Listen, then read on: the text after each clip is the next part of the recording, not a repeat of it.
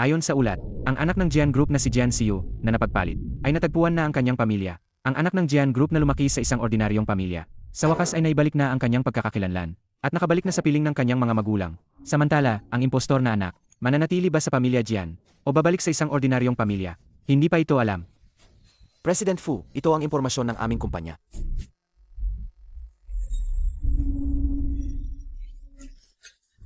Dahil nakabalik na si Jian Xiu sa pamilya Jian, siguradong ito na ang ating tunay na kapatid na si Fu Qiaobei. Tara na at sunduin ang ating kapatid.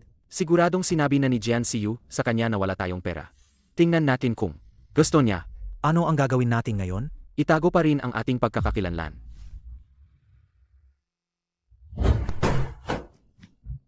Fu Xiaobi, ako ang nagtiis ng halos 20 taon. Ang hirap sa pamilya Fu para sa'yo. Ikaw naman, ginamit mo ang pagkakakilanlan ko para magpakasasa sa pamilya Jian. Ngayon, oras na para magpalit tayo. Umalis ka na. Dalhin mo ang mga gamit mo. At bumalik ka sa tunay mong mga magulang. Xiaobi, kunin mo itong pera. Para may magamit ka sa oras ng pangangailangan. Baliw ka ba? Bakit mo binibigyan ng pera ang isang estranghero? Fu Xiaobi, dahil hindi ka naman namin tunay na anak, umalis ka na sa pamilya Jian. Huwag ka nang manggulo pa. Kaya pala, kapag nahanap na ang kunay na ana, madali lang akong itatapon, nang walang pag-alinlangan. Alis na ako ngayon, at hinding-hindi na babalik. Fu Xiaobi, pagkatapos ng 20 taon ng palitan ng buhay, oras na para bumalik ka. Sa buhay mahirap. Kung nakabalik na ang bata, huwag na nating itago pa. Sabihin na lang natin sa kanya ang totoong sitwasyon ng pamilya Fu.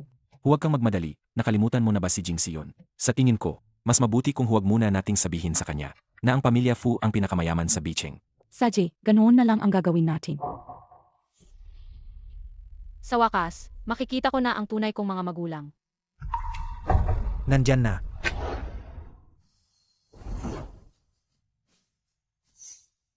Hello po, ako po si Xiaobi. Pamilya Fu po ba ito? Ikaw si Xiaobei, ang kapatid ko. Ako si Gumingzi, ang inampon ni na papa at mama. May inampon pa pala sila. Mukhang mabait naman ang pamilyang ito. Kapatid, pasok ka.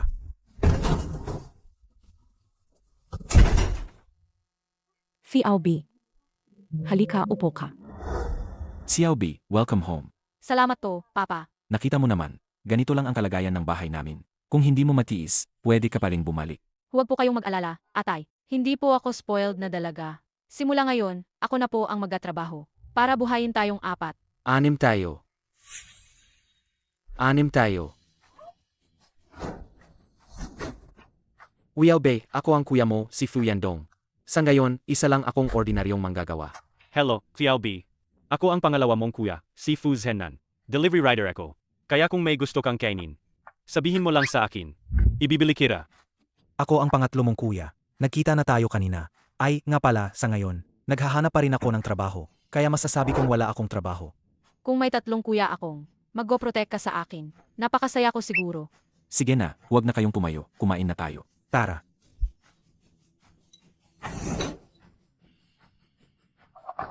Xiaobi, bakit hindi ka kumakain?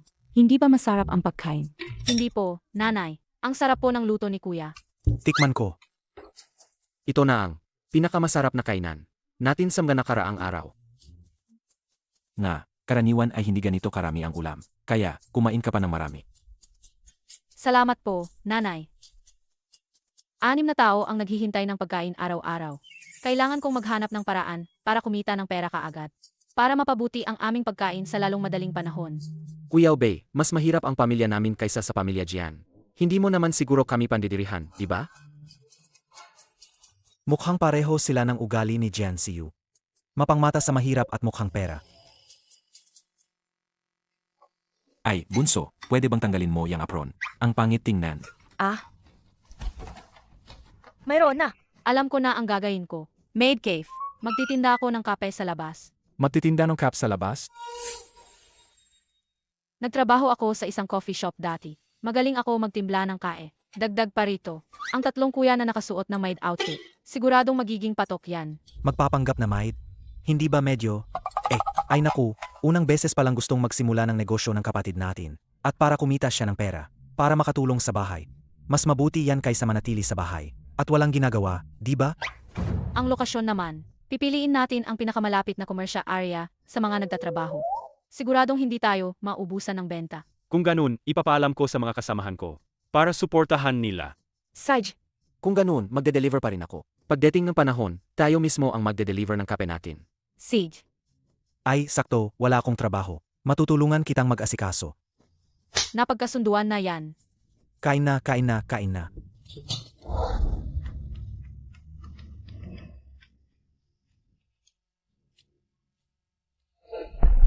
President Pan, natagpuan na ang nagligtas sa iyo.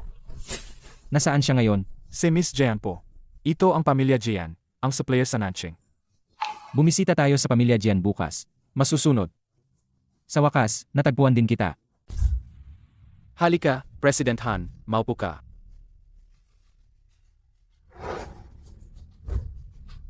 President Han, kung may kailangan ka, ako na lang ang pupunta sa opisina mo. Bakit ka pa nagabala na personal na pumunta rito? Tito, ang dahilan ng pagpunta ko ngayon ay para kay Miss Jian. Xiao Yu, kilala mo si President Han? ah, Minsan nang iniligtas ni Miss Jian ang buhay ko. Kaya ang pagpunta ko ngayon ay para mag-propose sa iyo, ito. At hingin ang kamay ni Miss Jian. mukhang hindi nga ordinaryo siyang Master Lin. Tama nga ang pagpunta ko sa pamilya Jian.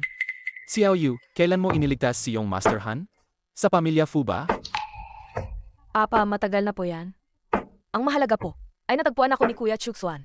Ang pagliligtas ni Miss Jian sa akin ay hinding-hindi ko malilimutan. At si Miss Jian din, ang nunal sa balikat, naalala ko rin. Nunal sa balikat, Kahit na ganoon. Ang engagement ceremony na ito, hindi ba medyo minadali? Apa, hindi po minadali. Gusto ko po talaga.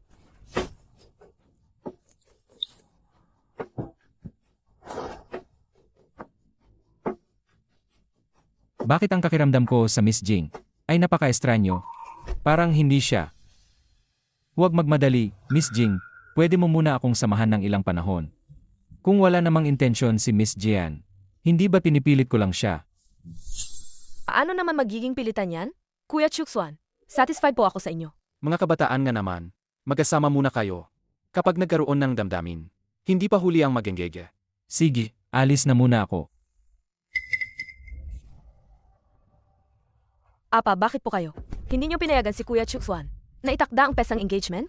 Ang kasal ay isang malaking bagay, kailangan pa ring maging maingat. Ang pamilyahan nila ay isa sa mga nangungunang pamilya sa Bicheng. Ano pa ang kailangan maging maingat? Sa tingin ko, nagiging ulyanin ka na.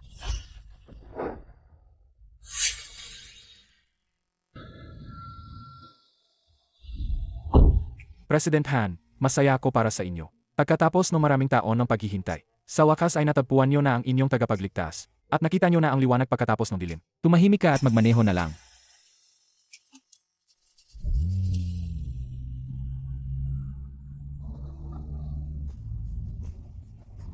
Bagong giling na cup.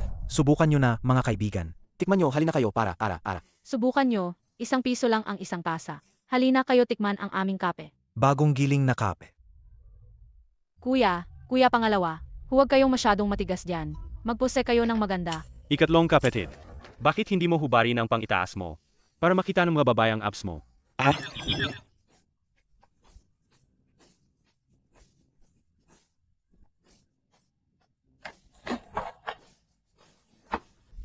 Akala ko ba ang kilalang third yung Master Fu? Imbes na maging tanyag na doktor, nandito pala nagitinda ng kate bilang isang lalaking katulong. Ginoong, pasensya na. Pero para yatang napagkamalan nyo po ang aking kuya. Ang kuya ko po ay hindi naman sikat na doktor. Gusto nyo po bang subukan ang kape namin? Bakit parang may kakaibang pamilyar na nadarama ko sa babaeng ito? Gusto nyo po bang uminom ng kae?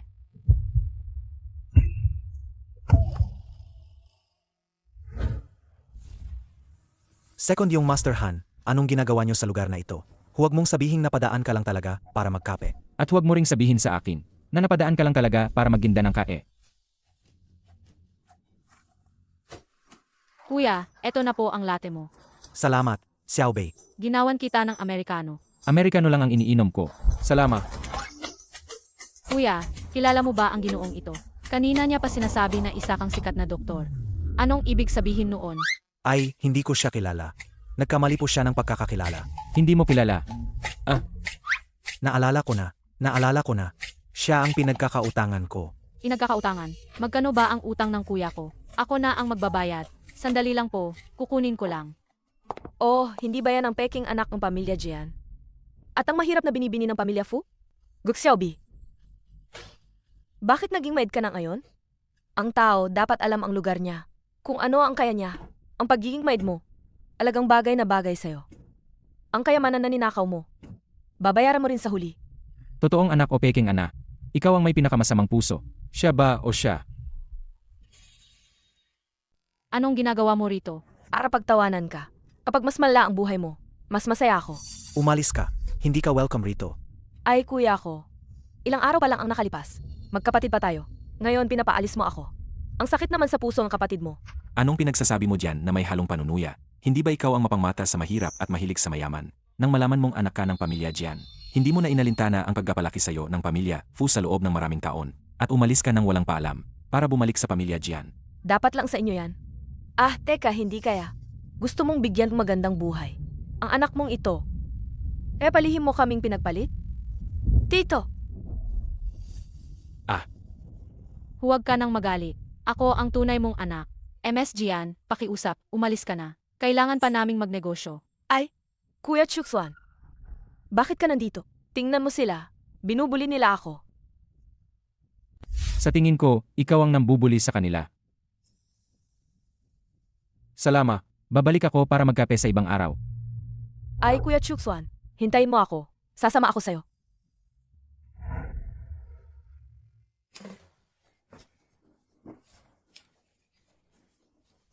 Ay, ang saya mo naman magbilang ng pera. Kuya, hindi ko inakala na ganito kalaki ang kikitain natin ngayon. May 10,000 tayo. Kung makakita tayo ng 10,000 araw-araw, mabilis tayong makakapagtayo ng maliit na coffee shop. Bonso, AMM. ano man ang gusto mong gawin, palagi ka naming susuportahan. Noong huli kong inimbestigahan si MS Jian, mayroon bang impormasyong nakaligtaan? Wala po, si Binibining Jian po talaga ang nagligtas sa inyo. Ipaimbestiga mo ang kapatid ni Ho Mingsuan. Pagkalipas ng 2 oras, ibigay mo sa akin ang lahat ng impormasyon. Masusunod po.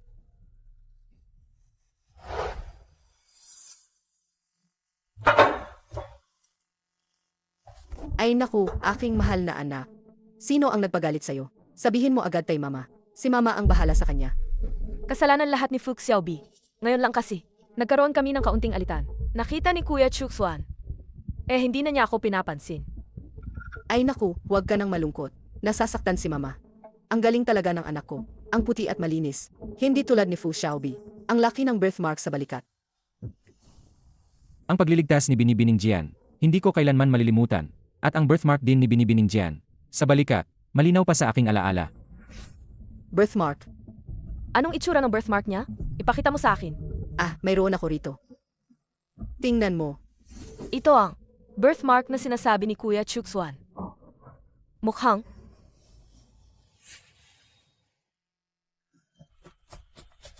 President Han, nahanap na po. Bilisan mo. Ang kapatid ni President Phi, si MS Phi, ay ang batang napagpalit sa pamilya Jian. Kagagaling lang niya sa pamilya Fu nitong nakaraang 2 araw. Ibig sabihin, Si Fu Xiaobi ang nagligtas sa akin. ay, pasensya na, President Han. Hindi ko pa po yan nahana. Ipagkatuloy ang paghahana. Opo.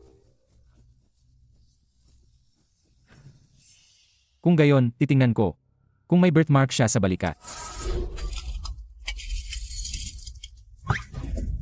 Emarhan, Amerikano pa rin po ba? Hintayin mo ako doon. Emarhan, handa na po ang kape ninyo. Mag-inga.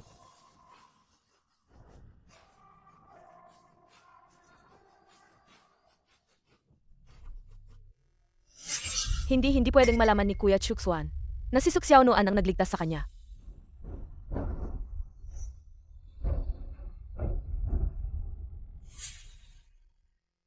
Ay, Xiaobi. Salamat, Emarhan. Xiaobi, muntik ka nang madulas kanina, nagulat ako. Mabuti na lang at nandyan si Kuya Chuxuan.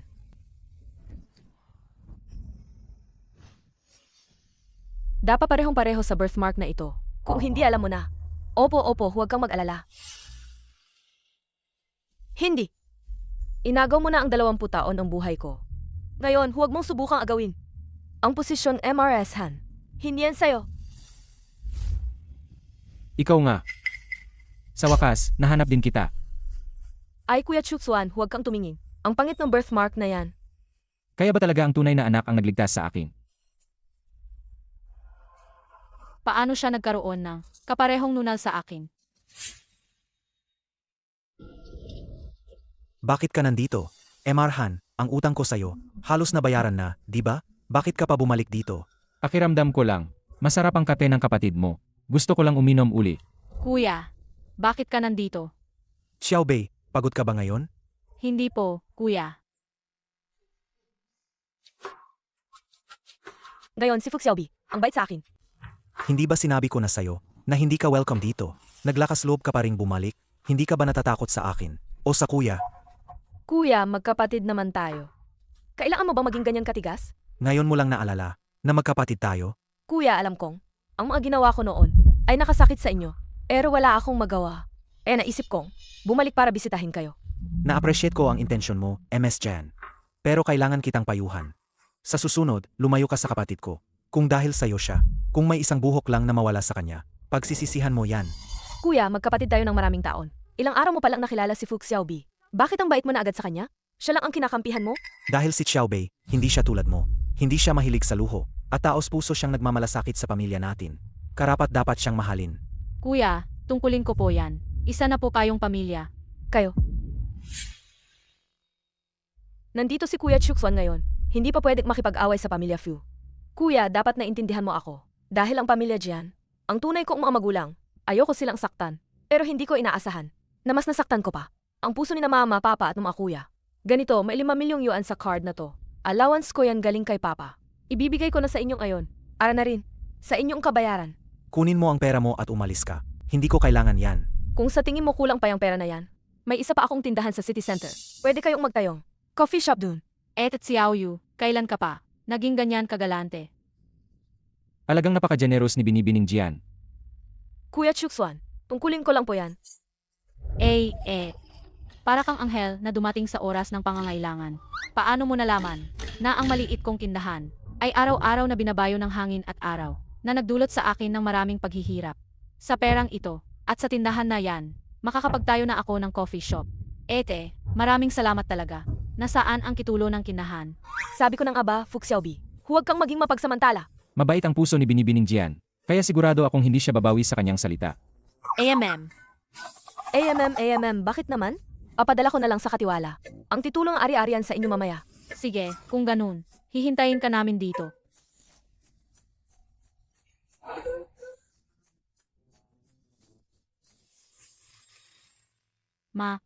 Nakapulot ako ng pera ngayon. Titingnan ko. Hello, ito po ang titulo ng ari-arian na ipinadala ni Binibining Jian. Pakita mo po. Salamat po. Salamat. Ito ang kitulo ng ari-arian na ibinigay ni Jian Siu. Titulo ng ari-ayan. Si Jian Siu, pumunta sa coffee stall kanina para lang magpakitang gilas sa harap ng kuya, Chuxuan niya. Nagpapanggap na mayaman. Para magpakitang gilas, ibinigay niya sa atin ang titulo ng ari-arian at binigyan pa tayo ng 5 milyong piso. Itong si Siyu, gayon ay binuhat ang bato at ibinagsak sa sarili niyang paa. Haha. Ang perang ibinigay ng libre, bakit hindi natin tatanggapin? Inaantok na po ako. Matutulog na po muna ako. Kailangan ko pa kasing magtinda bukas. Saji. Itong si Xiaobi ay abala nitong mga nakaraang araw. Alagang nasasaktan ang puso ko para sa kanya. Kasalanan mo. Hindi ba't ikaw at si mama ang nagbigay ng masamang ideya? Malapit na ang kaarawan niya. Sa birthday party, sasabihin ko sa kanya ang kanyang pagiging anak ng pinakamayamang tao. Dapat noon pa.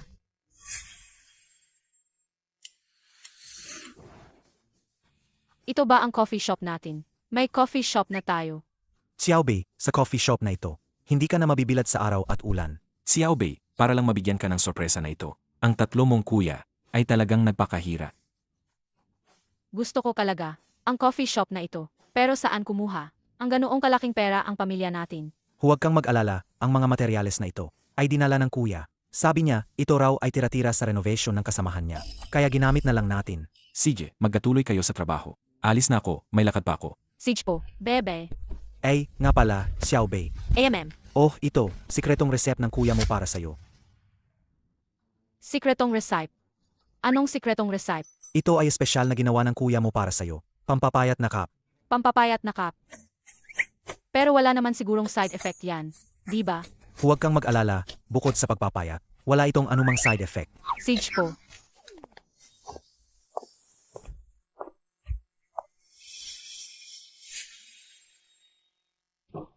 Ma. Tita. Yemi, magkakilala ba tayo? Tawagin mo akong Emares Jen. Hoy! Matandang babae, pinapayuhan kitang huwag kang sumobra. Teritoryo ito ng pamilya Fu. Ay naku, kailan pa naging sa inyo ang tindahan na ito? Kailan pa naging sa inyo ang tindahan na ito? Kung kailan naging sa amin, tanungin mo ang mahal mong anak. Mama, wala akong kinalaman dito. Sa tingin ko, ang pamilya Fu ay masyadong sakim. Manahimik ka. Tingnan natin ngayon kung gaano katigas ang pamilya Fu ninyo. Kung ayaw ninyong mahirapan, ibalik ninyo agad ang titulo ng lupa at bank card sa anak ko. Siege. Ah, kaya pala kayo nandito, para mamalimos. Tingnan mo ng mabuti. Kaninong pangalan ang nakasulat dito? Dito na lang siguro. Katabi lang ng kindahan ni Jian Siu. Medyo malas. Imposible yan. Saan ka kumuhang pera? Kinuha mo ba yan sa pamilya Jian? Jian Siu, huwag kang sumusobra. Ito ang perang pinaghirapan ko. Kunin mo ang bank card mo at titulo ng lupa at umalis ka na. Lumayas ka. Ikaw, Binibining Fu, pinapunta ako ng aming President Han para magbigay ng regalo para sa inyong pagbubukas. Ano to?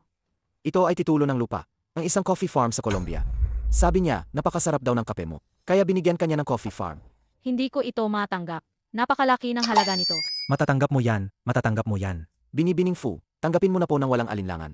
May nakabayad na po para sa inyo. May nagbayad para sa akin. Sino po ang nagbayad? Nang makabalik ang kapatid ninyo, hindi ko pa siya nabibisita. Maliit na regalo lang po.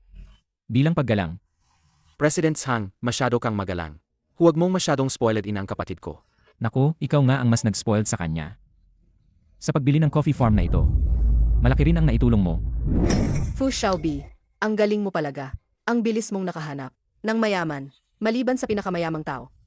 Wala akong narinig na makakabayad ng ganoong kalaking pera para bilhin ang buong coffee farm. Sino po kayo? Ako ang ina ng pamilya Jian. Sino ang pinuno ng pamilya ninyo? Ang pinuno ng pamilya namin ay hindi ninyo basta-basta matatanong. Kayong mga hamak na tao. Huwag kang magpaka-ambisyosa. tingnan mo ang pamilya Fu. Ano ba sila? Kung talagang makapangyarihan ang pinuno ng pamilya ninyo, bakit sila magbibigay ng regalo sa kanila? Sa tingin ko, baka may hindi pagkakaunawaan? Anong hindi pagkakaunawaan? Ang daming sismosa talaga. MEA.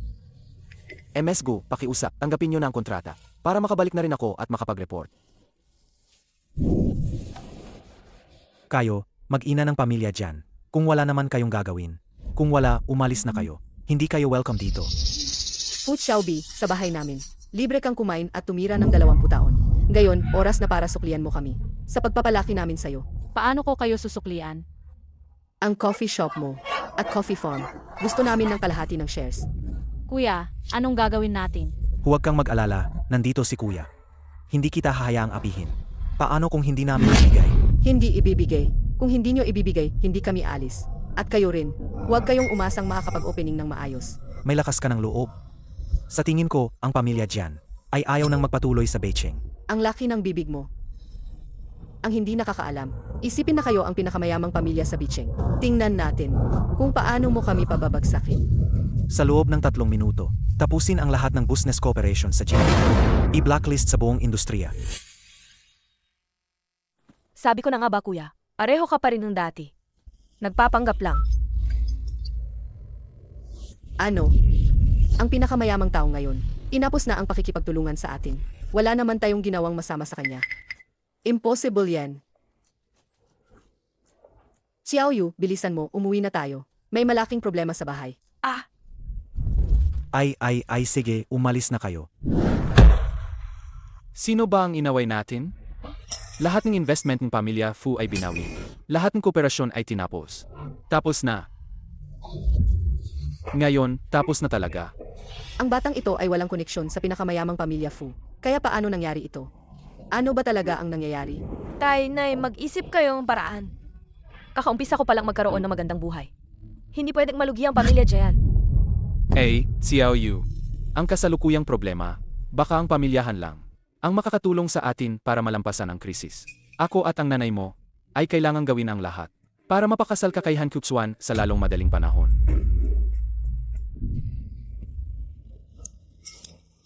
Papasukin mo ako. Kailangan kong kausapin ng inyong si... Walang appointment. Hindi ka pwedeng pumasok. Alam mo ba kung sino ako? Ako ang fiancé inyong si... Fancy. Sa panahon ngayon, ang daming babaeng nagsasabing sila ang fiance ng presidente namin. Sino ka ba? Ikaw? MS Jian, pinuntahan mo ba si President Han? Patay. Baka totoo ngang siya ang fiance ni President Han. MS Kian, dito po. Kuya Chuxuan, sa wakas nakita rin kita. May kailangan ka sa akin. Sa opisina mo na lang tayo mag-usap.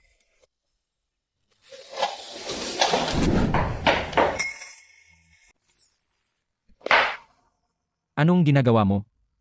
Kuya Chuxuan, kailan mo ako papakasalan? Gusto kong bigyan ka ng isang di malilimutang seremonya ng engagement. Hindi ito dapat madaliin. Kuya Chuxuan, ayaw mo ba akong pakasalan? Huwag mong kalimutan. Niligtas kita noong bata pa tayo. Siyempre hindi ko nakalimutan, ako lang ay. Natatakot na baka isipin mong masyadong minadali. Hindi, Kuya Chuxuan. Gusto ko nang magpakasal sa iyo sa lalong madaling panahon. Bakit nagmamadali si MS Jian? May itinatago ba siya? Kung gayon, pagkatapos ng ika-negatibo 20 kaarawan mo, ipili tayo ng petsa. Sige, susundin ko lahat ng gusto mo. MS Jian, sa totoo lang, simula nang makita kita, mas madalas nang umiti si President Han. Kailangan din assistant Hang na mas madalas kang magsalita. Ang maganda tungkol sa akin kay Kuya Chuxuan. Siyempre, Miss Jian, napakabait mo. Hindi na kailangan. Nasabihin ko pa, talagang gusto ka ni President Han. Pero pakiramdam ko, ang lamig niya sa akin. Hindi pa kasi nagkaka-girlfriend si President Han. Wala pa siyang karanasan. Huwag kang mag-alala, tutulungan kitang ligawan siya. Maraming salamat, Assistant Hang. Kapag naging MRS na ako, hindi ko kalilimutan ang kabutihan mo. Sa totoo lang, sinabi niya sa akin. Dati siyang nagdududa na ang tunay na anak ng pamilya Fu ang nagligtas sa kanya. Pero sa huli, ikaw pa rin ang pinili niya, Miss Jian. Ibig sabihin din nito, talagang mahal ka niya. Fu Xiaobi, talagang hindi ka na mawala sa buhay ko. Humanda ka.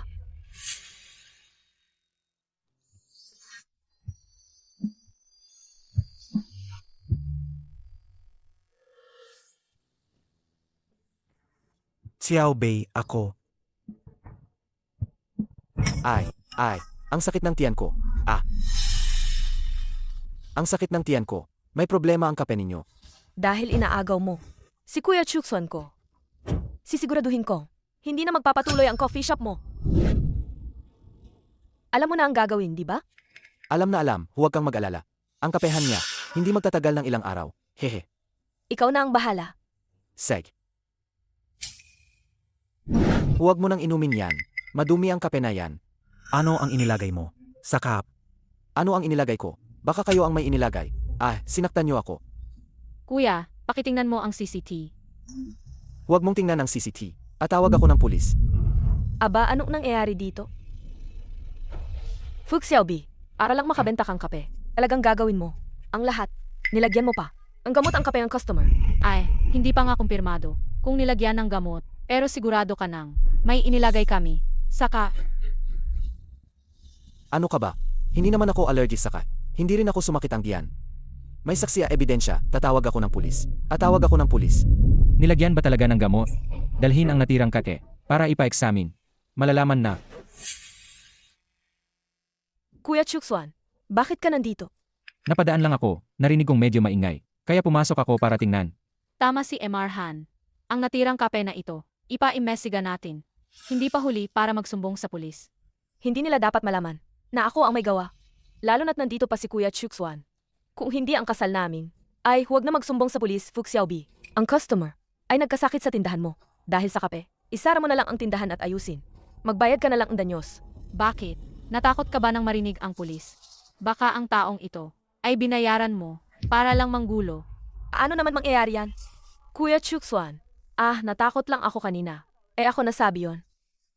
Ngayon, mukhang. Ang taong ito ay gustong mang-scam. Hindi ka pa ba alis?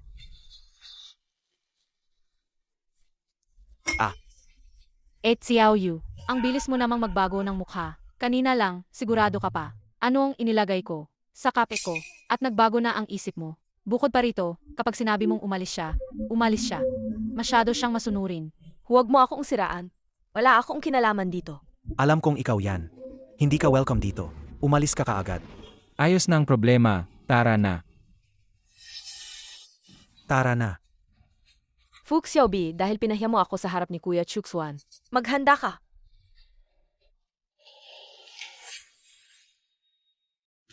Kuya, kung makita mo si Han Chutsuan, pakisabi sa kanya, salamat, tinulungan niya ako ngayon. Hindi pa ako nagkaroon ng pagkakataon para magdasalamat sa kanya. Ito ay isang bagay na normal. At may konsensya ang gagawin. Hindi mo kailangang magpasalamat sa kanya. Kuya, kailangan nating magbayad ng utang na loob. Alam ko, maghahanap ako ng oras para magpasalamat sa kanya. Kuya, ikaw ang pinakamabait. Ay, Xiao Bei, hindi ko pa natatanong sa'yo. Kumusta ang pakiramdam ng umuwi? Napakabuti, napakabait sa akin ni na papa at mama. Mas mabait pa sa akin ang mga kuya ko. Napakasarap ng pagmamahal ng pamilya.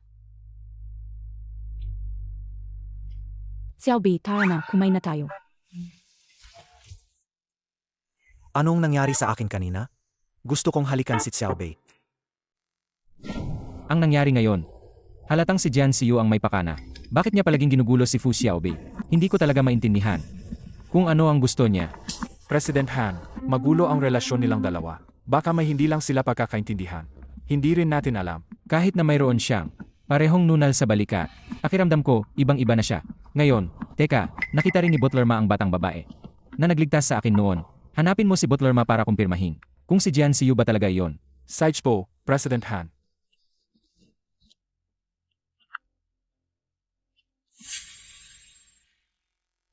Xiao Yu, nasabi na ba ng second yung Master Han? Kung kailan, kayo magpapakasal? Nga, bilisan mo na. Ang kasal ninyo. Sabi ni Kuya Chukswan, pagkatapos ng kaarawan ko, saka pa lang namin pag-isipan ang kasal. Xiao Yu, kailangan mong makisama ng maayos. Kay Han Chutsuan, ha? Ikaw lang ang pag-asa ng pamilya Jian. Para makabangon ulit. Sabi ni Assistant Chang, si Kuya Chukswan ay pupunta bukas sa Gofan Hotel para sa isang salusalo. Pupuntahan ko siya bukas para mapabilis. Ipahayag ang aming relasyon. Xiao Bei, karawan mo na bukas.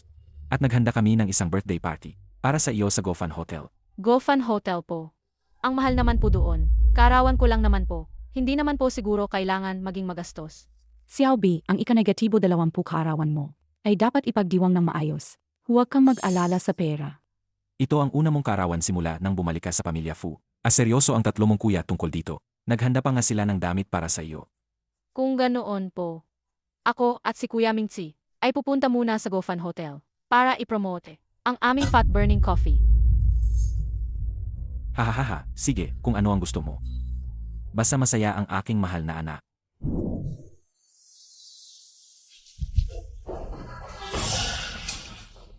Ako ang panganay na ginang ang pamilya Jian, ang Seeing Han Group, ang fans ni Han Chukswan.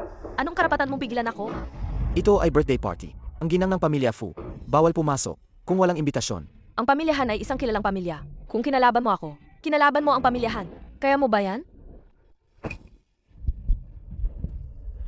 Anong nangyari?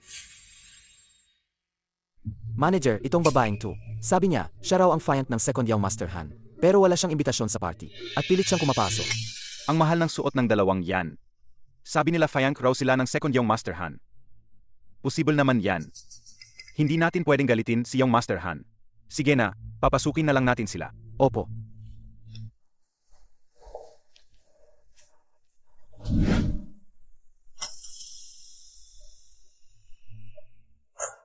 Ay, tingnan mo ang maid cave.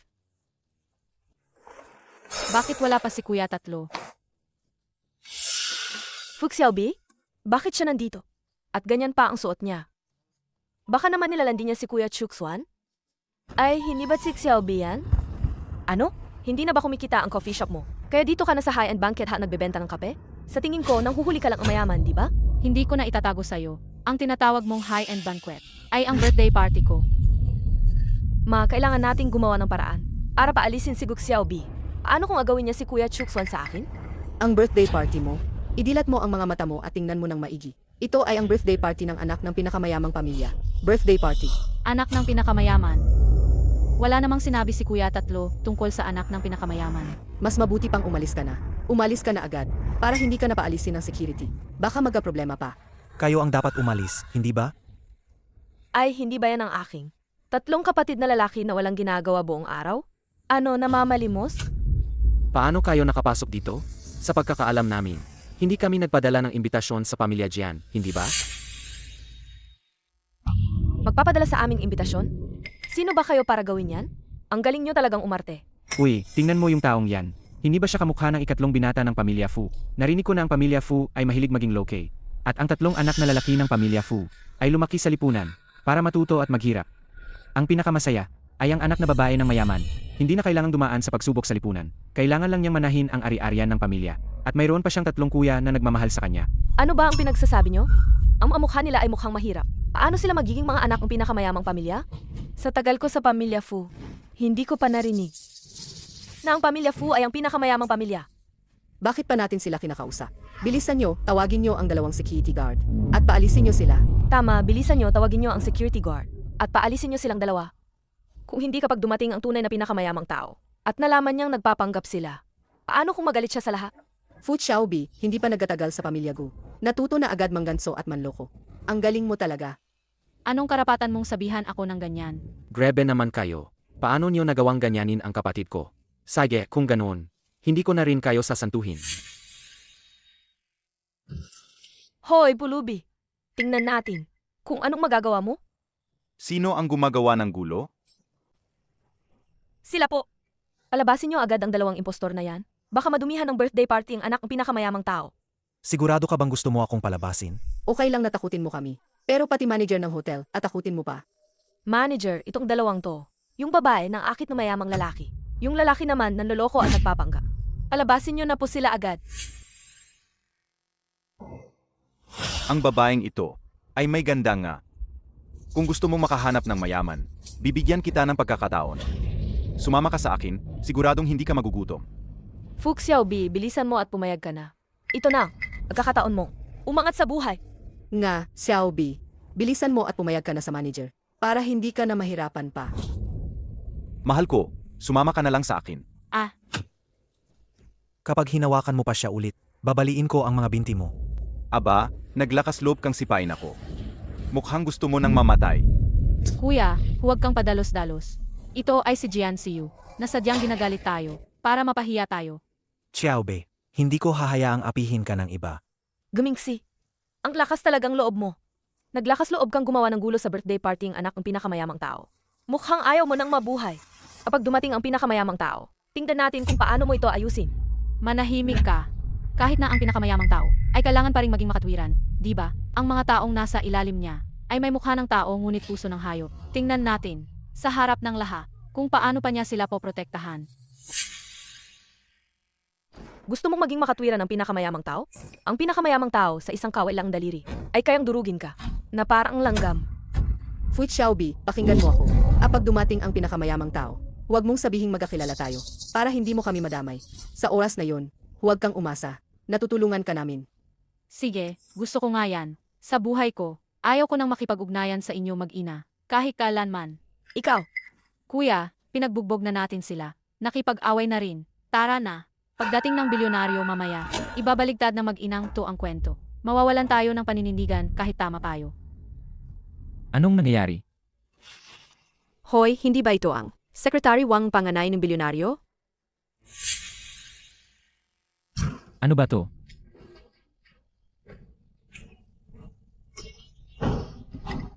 Secretary Wang, bakit ka dumating? May maingay na gulo dito. Pumunta ako para tingnan kung anong nangyayari. Ay, wala pong problema. May 2 daga lang na nagnanakaw dito. Huwag po kayong mag-alala, itataboy ko agad ang mga daga. Siguradong hindi po makakaabala sa inyo. Nga, Secretary Wang, wala pong kinalaman ng manager dito. Kung may sisihin man, ang mga daga na yan, sobrang talino nilang magtago. Toto, Secretary Wang, ang magkapatid na to, dahil sa pera, nagsuot ng mga walang kwentang damit. Nagtitinda sa kalsada. Umasok lang ng nakakubli. Hindi pa ba alam kung ano ang ginagawa? Ano pa ba ang gagawin? Gusto lang makipag-ugnayan sa mayayaman. Para umangat sa buhay. Ay, narinig ko. Ang pamilya ng pinakamayamang tao ay may 3 binata. Kaya dapat mag-ingat sa kanya. Tawagin agad ang mga tao para paalisin siya. Paalisin? Hindi ba't madali lang yun para sa kanila? Dapat silang palayasin para matuto sila sa kanilang pagkakamali. Narinig nyo ba? Kung hindi pa kayo alis, huwag nyo akong sisihin kung maging bastos ako. Bulag na walang silbi. Hindi mo man lang makilala. Ang daga sa may-ari ng bahay. Sa tingin ko, ikaw ang dapat umalis. Katahimikan, please. Malapit nang dumating ang pinakamayamang tao. Palakpakan natin siya.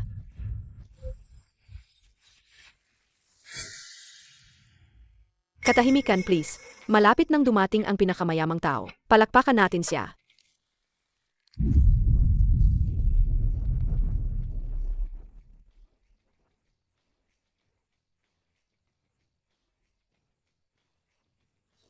Siya ba ang pinakamayamang tao?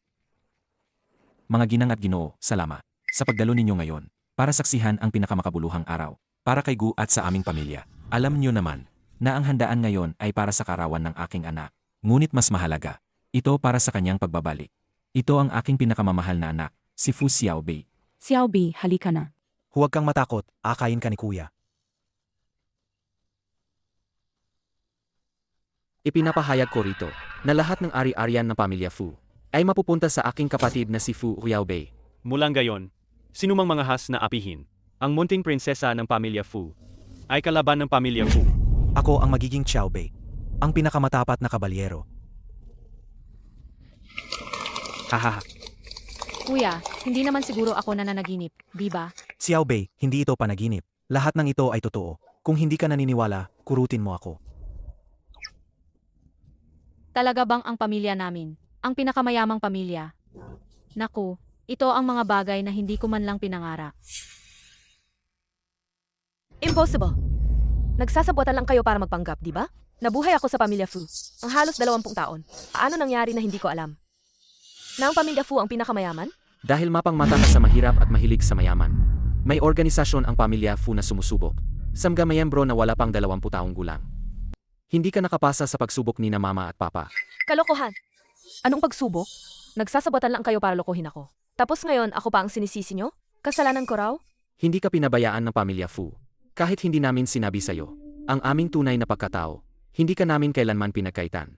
Pero ikaw, mula pagkabata, Sinamantala mo ang pagmamahal namin. Ginawa mo kaming parang mga alipin. At marami kang reklamo sa mga magulang namin. Paulit-ulit kang bastos. bakit pa natin siya kakausapin ng ganyan?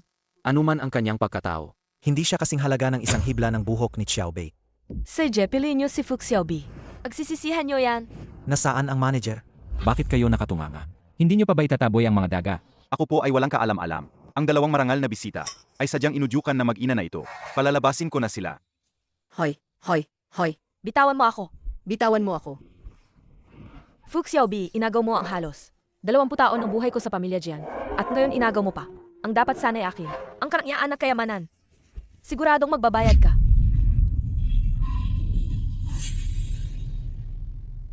Xiaobei, hindi ka naman siguro galit sa amin ng papa mo dahil niloko ka namin, di ba?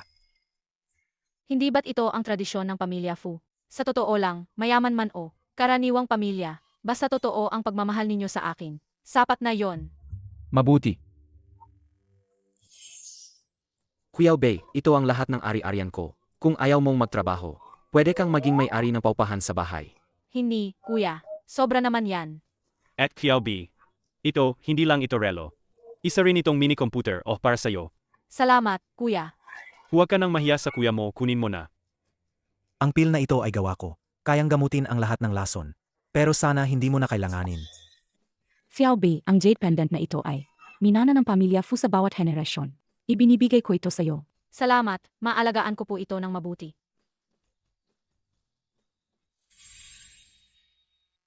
President Han, kinumpirma ko kay Manager Ma, nang paulit-ulit. Sigurado siyang, si MSJN Siu sa litreto, ang nagligtas sa'yo noon. Pero bakit ako? Walang malala tungkol kay Jian Siyo noong bata pa. Wala akong ideya. President Han, baka matagal na, kaya malabo na ang alaala mo. Ngayon, lahat ng ebidensya ay nagpapatunay na si MSJN Siu ang nagligtas sa'yo. Huwag ka nang magduda.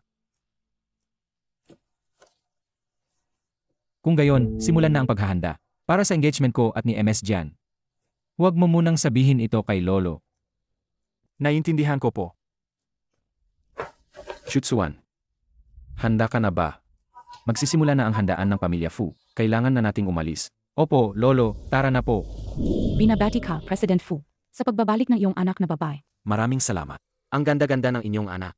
Happy birthday sa inyong anak. Happy birthday. Ay, hindi ba't may dalawa pang importanteng bisita na wala pa? Ang tinutukoy mo ba ay sa Lolo Han at sa Chufuan? Si Han Chutsuan ba yon? Bakit parang ang pamilya niya at ang pamilya namin ay magkakilala? Maligayang pagdating, Lolo Han, Yaw Master Han.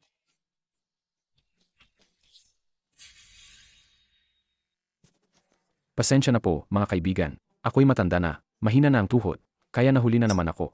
Lolo Han, ang pagdating niyo po ay malaking karangalan na. Magandang gabi po, Tito Fu. Tita, Nabalitaan ko po na si President Fu ay nakita na ang kanyang tunay na anak. Siya ba ang dalagita?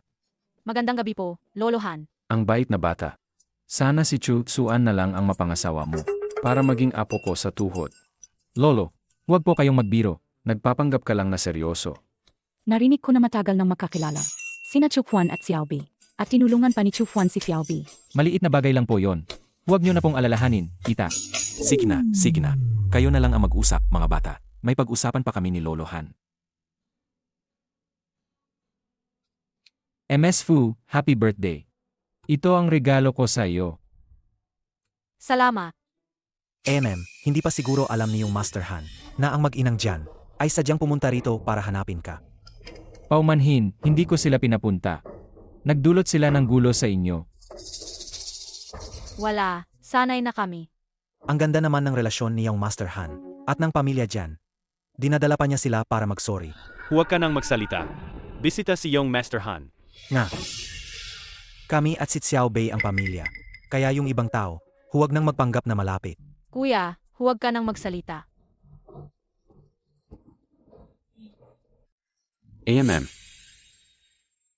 President Fu, hindi ko alam kung nasabi na sa iyo ni Old Fu, nung buhay pa siya, ay may kasunduan sa aming pamilyahan tungkol sa arranged marriage para kina Xiaobi at Chutsuan. Ang kasal ng dalawang bata sa pamilya Fu ninyo. Mahigpit ang tradisyon ninyo. Kaya ang engagement na ito, hindi ko pa napag-usapan. Totoo nga na sinabi ng katay ko, ang kasunduan sa pagpapakasal ng pamilya Fu at Han. Pero kung ano ang gusto ng mga bata ngayon, hindi natin alam. Kung magkagusto sila sa isa't isa, walang problema sa amin. May magandang ideya ako. Ganito ang iniisip ko. Ipapadala ko si Xiao Bi sa Han Group para matuto kay Chutsuan para makapagbond ang dalawa at lumalim ang relasyon nila. Sige, susunod tayo sa lolo ng Han.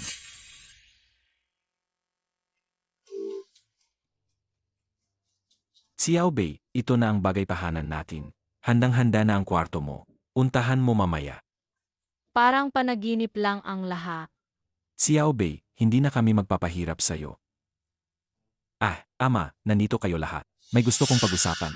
Balak kong ipapunta si Xiao Bi, maging assistant ni Han Chutsuan ng ilang panahon, para matuto siya sa pagmanage ng kumpanya, at kung paano makipagnegosyo. Ano? Ipinapunta niyo si Unyaw Bei, maging assistant ni Han Chuan? Nalugi na ba ang pamilya natin? Hindi ako pumapayag. Bakit ka nagmamadali? Maging assistant ni Han Chutsuan. Pwede naman. Pero bakit hindi na lang ako sumama sa mga kuya ko para matuto? Sobrang mahal niyo siya. Eddie huwag na lang siyang matuto. Tutal naman. Hindi naman tayo umaasa kay Xiao Bei para kumita. Tama si Kuya Tu. Gusto ko lang si Xiao Bei na maging masayang prinsesa. Ayaw ng mga kuya mo na mahirapan ka kung susunod ka sa kanila. Tiyak na hindi ka magiging seryoso. Ang Han Group at ang pamilya Fu natin ay madalas magkaroon ng transaksyon. At si Chutsuan ay isang natatanging negosyante sa Bicheng. Kung makakasama mo siya, tiyak na marami kang matututunan. Syempre, rerespetuhin din ni Papa ang desisyon mo. Tama ka. Gusto kong subukan. Ano? Xiao Bei, sigurado ka na ba? Gusto ko pa ring subukan. Para may matutunan ako. At sa hinaharap, matutulungan ko kayo. Ang aking mabait na anak. Ang kapatid ko ay napakatalino. Siguradong mabilis akong matututo. Kung may kailangan ka, hanapin mo lang kami. Huwag kang mag-alala, siguradong. Alagaan ko ang sarili ko.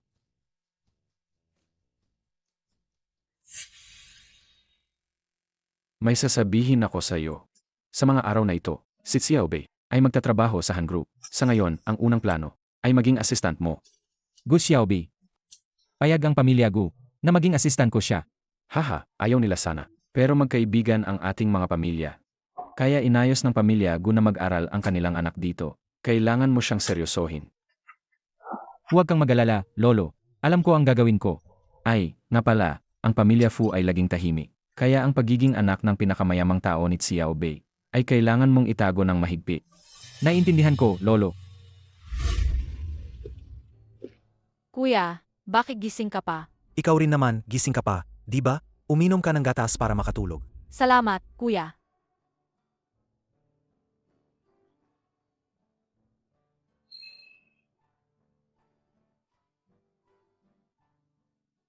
Bakit? Xiaobei, ayaw ni kuya na maging assistant ka sa Han Group. Nag-alala si kuya na baka apihin ka. Lalo na si Han Chutsuan, may masama siyang intensyon. Masyado kang nag-iisip, kuya. Tinulungan pa nga ako ni Hanchu Tsuan dati. Xiaobei, gusto mo ba si Han Chutsuan?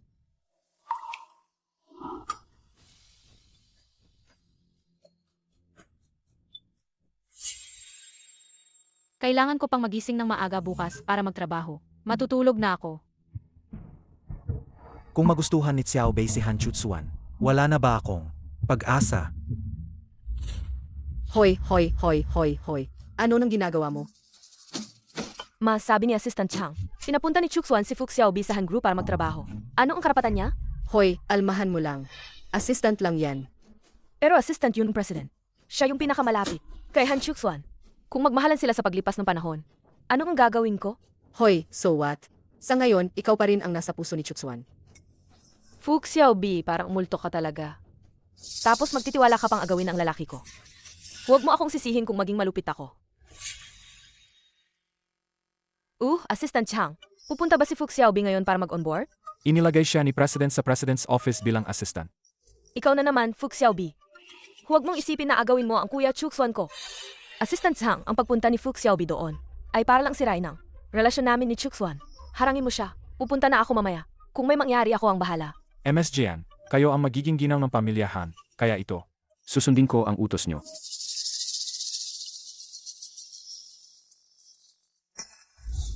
Hello, ako si Fu Xiaobi, ang bagong empleyado. Sa opisina ng C. Nandito ako para mag-report. Sandali lang po, tatawagan ko lang ang opisina ng C para kumpirmahin.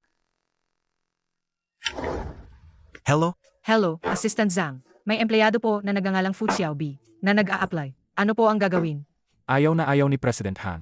Sa mga babaeng walang dahilan na nanggugulo sa kanya, huwag mong hayaang makita ni President Han ang babaeng yan.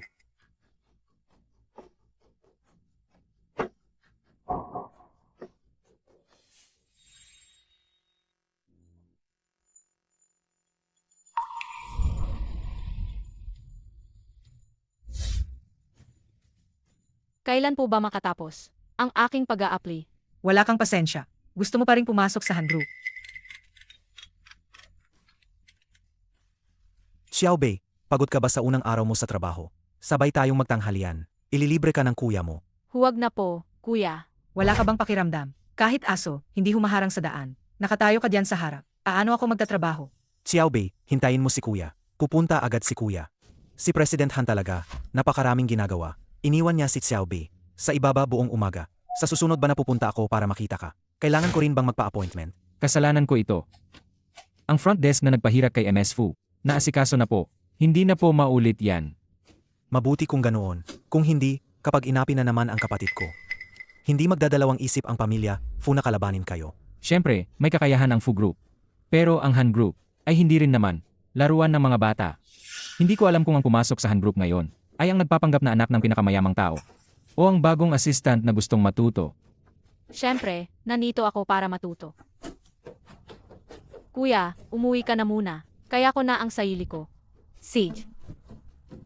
Kapag inapi mo pa siya, lagot ka sa akin. Xiaobei, kapag inapi ka, sabihin mo agad sa kuya mo. Opo.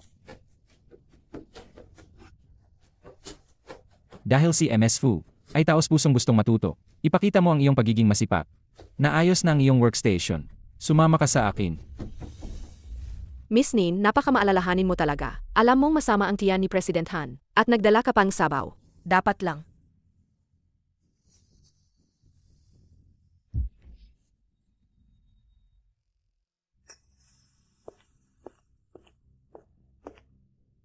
Fu Xiaobi, pumasok ka sa Han Group. Baka gusto mong akitin si Han Chuxuan at maging MRS Han? Ang kapal mukha mo.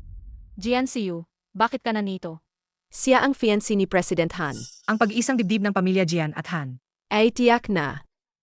Paano naman ang isang maliit na tao na tulad niya makakakuhan balita mula sa mayayamang pamilya? Kaya ang ganitong uri ng babae, huwag na siyang mangarap na maging mayaman. Hindi ko akalain na si Han Chuxuan ay mukhang normal. Pero ang mga empleyado at kasintahan niya ay mga baliw. Ikaw, Ako? Miss Jian, hindi ba kayo dito para kay President Han? Ihahatid ko kayo. Huwag na nating sayangin ang oras sa ganitong tao.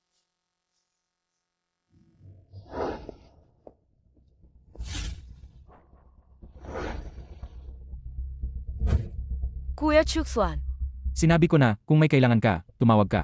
Huwag kang pumunta sa opisina para hanapin ako. gusto ko lang. Kamustahin ka.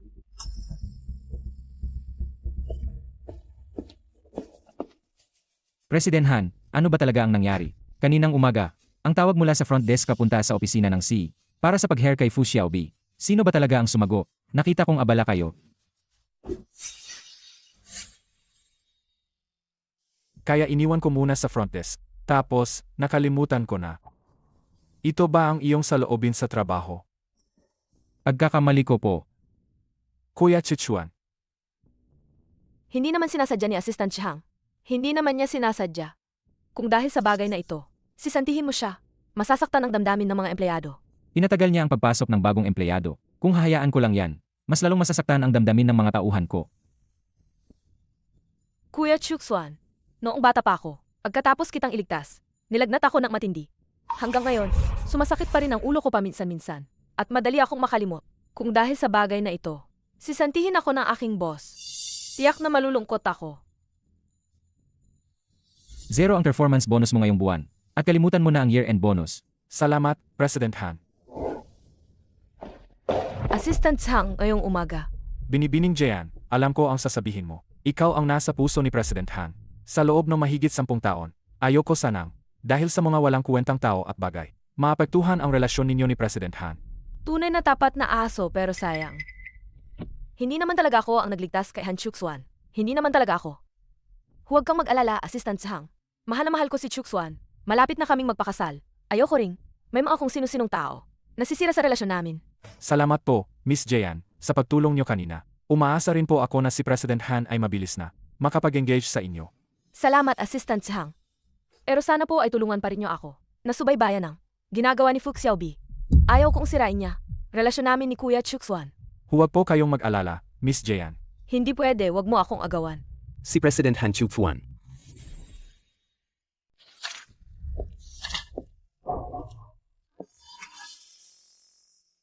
Dito sa amin, kailangan maglibre ang mga baguhan. Magbiling merienda para sa buong department. Side sir mo, baka hindi mo kaya bilhin? Unang araw ko palang magtrabaho ngayon. Wala talaga akong pera para maglibre. Pero kilala ko ang may-ari ng isang coffee shop. Kung gusto niyong uminom, pwede akong magpa-order at magdagdag ng konting bayad. Mag-a-elite lahat dito sa President's Office. Baka naman yung basurang instant coffee ang tinutukoy mo? Narinig niyo na ba ang Nanhu Coffee? Grab, yung sobrang sikat ngayon. Sabi nila yung mga waiter na lalaki. Sobrang gwapo pa, may delivery pa sa bahay. Totoo ba yan? Gusto ko rin. Bilisan mo, kunin mo na ang pera ko. Walang problema. Gusto ko rin. Ang pera ko. Hayaan mong bilangin ko kung magkano ang kikitain ko ngayon. Nagmamadali ang mga kuya mo, kaya kailangan nila ng 185 na gwapong modelo para maghatid ng kae. Nag-alala ang tatlo mong kuya na baka apihin ka sa kumpanya. Kaya matagal na silang naghanda.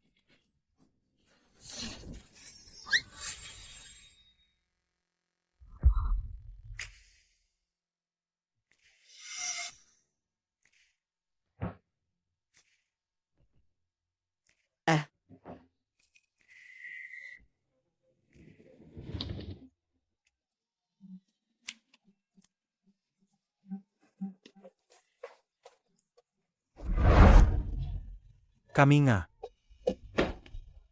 Kuya, hindi ba sinabi ko na? Ayoko ng atensyon, gusto ko lang maging low-key. Narinig ko na ang mga gwapong lalaki ngayon. Ay pwede pa nating hawakan ng abs. Talaga. Talaga? Pwede naman. Basta, alagaan nyo ang kapatid ko. Ay, walang problema, walang problema. Sa tingin ko, ordinaryo lang naman. Kahit pa sabihin mo, basta may bayad, lahat gagawin parang si Fu Xiaobi. Pareho lang silang antas. Ang ingay-ingay, mukha pa ba kayong nagtatrabaho? Ang ingay-ingay, mukha pa ba kayong nagtatrabaho? Anong nangyayari dito? President Han, si Fi Xiaobi po ang umorder ng Blue Wave Coffee. Pinayuhan ko na po si Fu Xiaobi. Nasa oras ng trabaho, huwag magdala ng mga hindi karapat-dapat na tao. Dinala sa kumpanya, ayaw niyang makinig. Gu Xiaobi.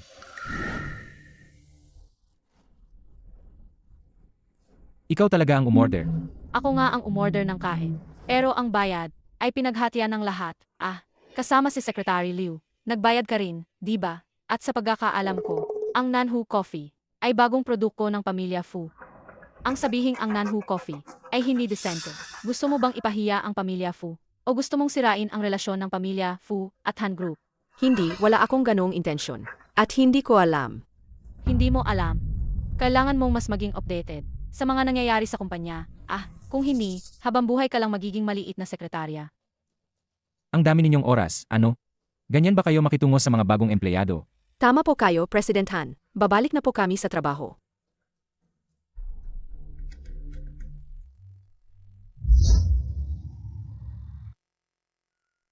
President Han, bukod sa pagkuha ng bayad sa CAP, si Fi Xiaobi ay kumuha rin ng dagdag na bayad para sa pagbili. Itong si Fu Xiaobi ay talagang interesante. Sa tingin ko, matalino siya. Sa loob ng ilang araw, darating ang mag-asawang negosyante mula sa Hong Kong. Ipaayos kay Fu Xiaobi ang itinerary. Siya ang magiging personal assistant ko. Hindi ito tama, di ba? Si Fi Xiaobi ay bago pa lang. Kung magkamali siya, maapektuhan ang kooperasyon. Nandito ako, paano siya magkakamali?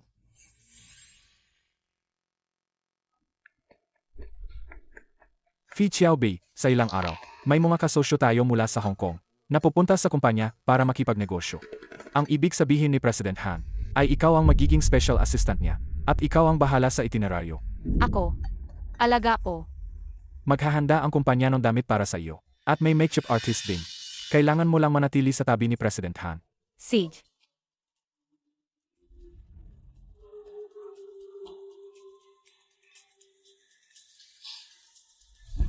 Ano? Sabi mo, ginawa siyang assistant ni Chuxuan. At inihanda pa siya ng custom-made na damit?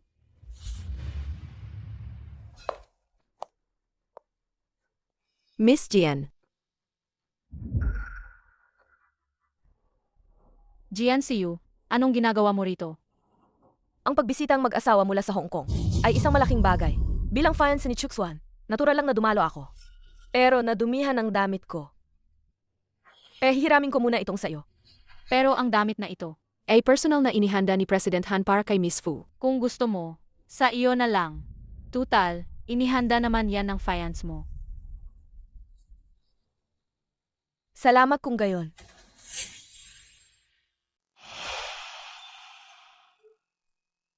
Nasaan si Fu Xiaobi? Sabi ni Fu Xiaobi, hindi niya gusto ang damit na ito. Bumalik siya para magpalit ng sarili niyang damit. Ayaw mo ba sa damit na yan? Pero sa tingin ko, ang gandang damit na pinili ni Kuya Chuxuan. Ayoko namang sayangin ang pagod mo. Sinuot ko na lang. Sinabi ko na sa'yo, huwag kang pupunta sa opisina kung walang mahalagang gagawin. Sa totoo lang, pumunta ako rito ngayon. Dahil may mahalaga akong bagay na kailangan nating pag-usapan. Pagkatapos ko na lang maging abala.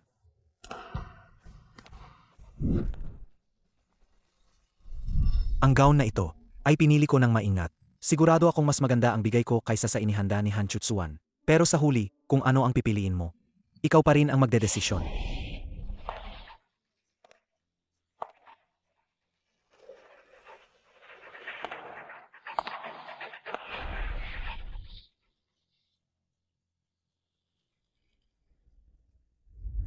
MR Lee, siya po ang aming boss, si MR Feng. Hello, ito po ang regalo para sa inyo. Nakuha ko na.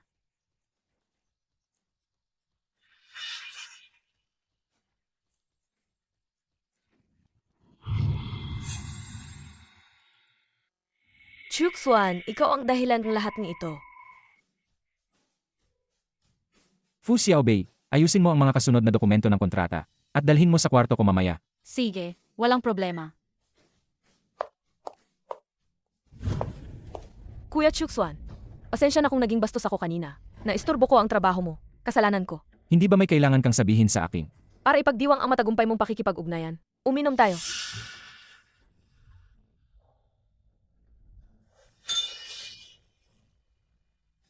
Chuxuan, ngayong gabi, gagawin kitang ganap na pag-aari ni Jianxiu.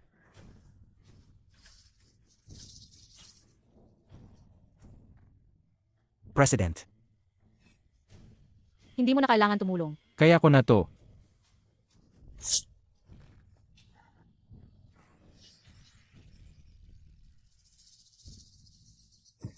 Huwag kang mag-alala, ibabalik ko si Han Chuchuan sa kwarto niya.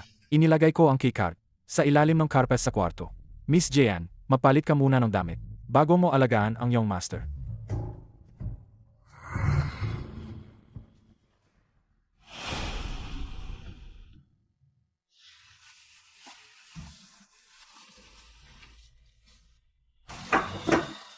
President Tang.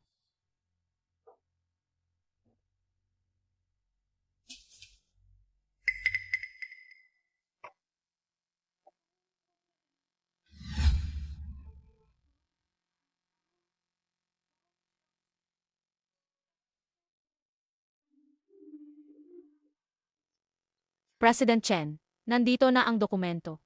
President Chen,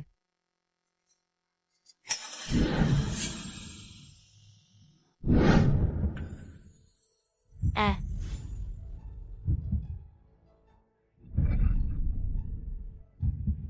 hello.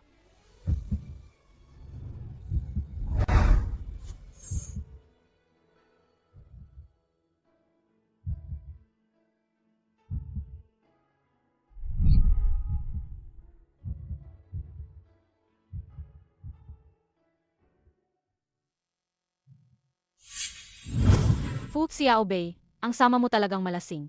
Pati siya pa. Pero ang ganda ng katawan niya. Kaso boyfriend siya ni Jianxiu. Kailangan kong umalis agad. Ang pinakamagandang plano ay ang kumakas.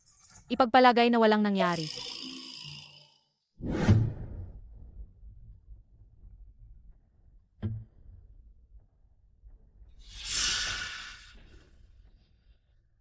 Anong nangyayari dito? Bakit lumabas si Fu Xiaobi sa kwarto ni Chuxuan?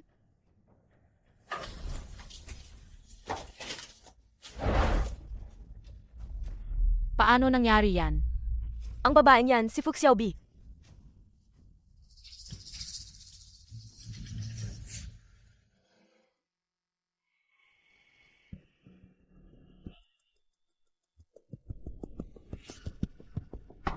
Bakit ikaw? Kagabi tayo. Impossible. Lasing na lasing tayo kagabi, kaya normal lang na hindi mo maalala. Hindi mo maalala, normal lang. Pero naalala ko, kagabi ay, Kuya Chuxuan, kung ayaw mo, anagutan ako, hindi kita pipilitin. Pero ang pamilya Jian ay pinahahalagahan ang moralidad at dangal. Sa nangyari ngayon, wala na akong mukhang ihaharap sa mundo. ayusin ko agad ang engagement. Binabati kita, Miss Jayan, sa nalalapit mong engagement sa C. Ang galing naman. Sa araw ng engagement namin ni Chuxuan, imbitahan ko kayong lahat sa handaan. Walang hiya. Mag-i-engage na kayo, pero nakikipagdata ka pa rin sa akin. Oh, Nandito rin pala si Miss Fu? Kumusta ang tulog mo kagabi? Sa Executive Suite ng Han Group? Kumusta ang tulog mo kagabi? Ito ang unang beses mo sigurong nakatulog sa ganoong kagandang hotel, di ba? masakit ang likod ko. Hindi naman pala ganoon kaganda ang executive suite.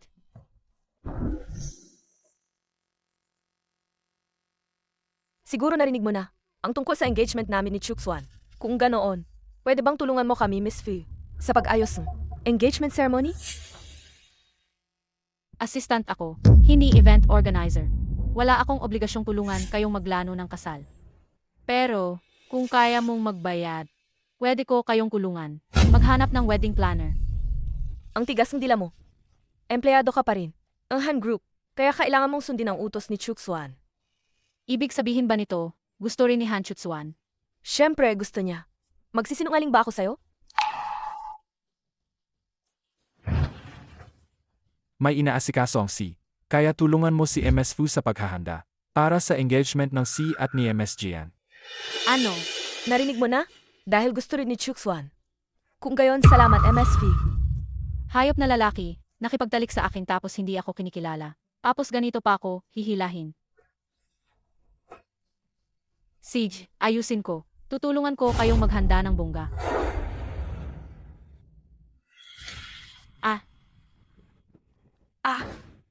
Ay naku. Saan ka nang galing, matandang hukluban? Wala kang mata ha? Lolo, Lolo. Lolo, okay ka lang ba? Huminga ka ng malalim, huwag kang mag-alala. Lolo, okay ka lang ba? Hoy. Hindi ko ito kasalanan. Itong matandang hukluban na ito. Ang bumangga sa akin. Wala akong kinalaman dito. Bahagya ko lang siyang naitulak. Halata namang nagpapanggap lang siya. Bakit ka pa nakatayo diyan? Tumawag ka sa 120. Lolo, gising ka na. Kita mo na, alam kong ganyan ang mga taong tulad niya. Nagpapanggap lang yan. Arang linta. Hindi matanggal-tanggal. Manahimik ka. Jian Siyu, huwag kang sumobra. Dahil sa matandang yan, naantala ang engagement party ko. Kaya mo bang panagutan yan? Sige, magre-resag na lang ako. Buhay ang nakataya. May gana ka pang magsalita ng ganyan. Lolo, sabi ng doktor, wala na raw po kayong malalang sakit. Kumusta na po ang pakiramdam nyo? Xiao Bei, mas maayos na ang pakiramdam ni Lolo. May importante pa akong lakad ngayon. Kailangan ko nang umalis. Babalik na lang ako bukas. Okay po ba? Ma'am. Alis na po ako. Ang galing talaga ng batang yan mula sa pamilya Fu. Lolo, bakit po kayo na ospital? May masakit na po ba sa inyo? Ikaw ang dahilan. Engagement, napakalaking bagay. Bakit hindi mo muna kinausap ang pamilya? Lolo, ako at si Jian, ang babae lang mula sa pamilya Fu. Ang kikilalanin kong apo sa tuhod. Walang ibang makakapasok. Sa pintuan ng pamilya Han. MS Zeng, mukhang hindi po kayo gusto ni Lolo Han. Ipinipilit niyang kanselahin ng C ang engagement. Isang matandang malapit ng mamatay. Gusto pa rin makialam sa lahat. Sabihin mo sa akin kung nasaan ang ospital. Ako mismo ang ayos niyan. Central Hospital. Lolo Han, katatapos ko lang sa trabaho. Ito ang personal kong nilutong sabaw ng isda para sa inyo. Mabuting bata, kapag nakikita kita, ang sakit ni Lolo ay gumagaling na ng kalahati. Hahaha. Bakit kayo nandito? Fu Xiaobi, dinala mo lang ang matandang pulubi na yan. Para manatili sa Iai room? Anong pakialam mo kung saan ko dalhin si Lolo? Anong pakialam mo? Alam mo ba, ang kwartong ito ay inilaan ni Chuxuan. Para sa kanyang lolo, dinala mo ang matandang pulubi na yan dito. Sa tingin ko ayaw mo nang magtrabaho sa Han Group. Tatawagan ko si Chuxuan ngayon. Para paalisin ka. Nandito ako, tingnan natin kung sino ang maglalakas loob. Napalisin si Xiao Bei. Sino ka ba? Sino ka ba? Sino ako? Ako ang walang kwentang lolo na sinasabi mo. Kayo po ang lolo ni Chuxuan? Asensya na po. Ngayon lang po ako nagkamaling tingin. Hindi ko po kayo nakilala. Sana po ay hindi niyo masamain. Ang pagpunta ko po dito ay para po humingi ng tawad sa inyo. Umalis ka na.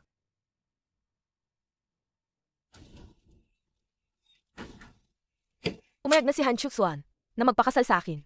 Kahit hindi ako gusto ng matandang yan, wala siyang magagawa. Sa huli ang Han Group ay mapupunta pa rin kay Chuxuan. Sa oras na yon, Xiao Bei, dahil magkapakasal na si Han Chutsuan at Jian Ziyu. Sa tingin ko, hindi na maganda na magtrabaho ka pa sa pamilyahan. Ayoko na rin namang masyadong makipag-ugnayan kay Jian Siyu. Babalik na lang siguro ako sa coffee shop natin. Sige, para makasama mo rin si mama nitong mga araw na to. Kahit anong gustong gawin ni Xiao Bei, okay lang. Suportado ka namin. Salamat, kuya. Nasaan si Gu Xiao Bei? Bakit hindi siya pumasok ngayon?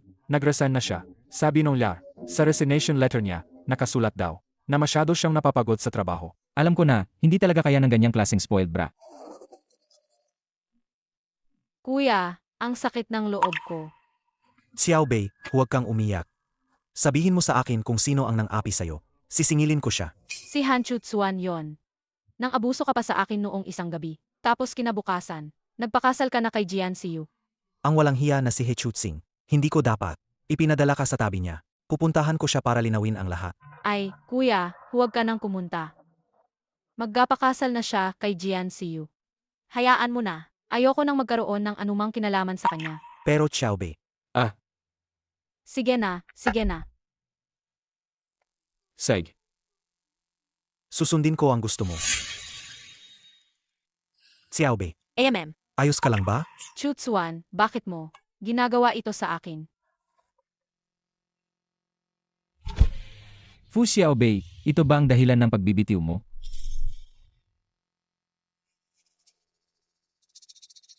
Hoy, Ang kumpanya ay hindi lugar na pwede mong puntahan. At iwanan kung kailan mo gusto. Kahit mag-resign ka, kailangan mong kapusin ang iyong trabaho bago umalis. President Han, ang kinatawag mong trabaho ay ang kulungan kang mag-ayos ng venue para sa kasal mo. Xiaobei, halika, inumin mo itong sabaw para mawala ang hilo mo. Nakakainis. Yang si Han Chutsuan, sobrang-sobra na. Sa ganitong sitwasyon, pinagsasamantalahan ka pa rin. Wala akong magagawa. Kuya, trabaho yan. Kailangan itong tapusin. Pero huwag kang mag-alala. Pagkatapos kong i-turn over ang trabahong ito, lalayuan ko na si Han Chutsuan. Sasama ako sa iyo. Pero huwag na huwag kang makikialam. Trabaho ko to.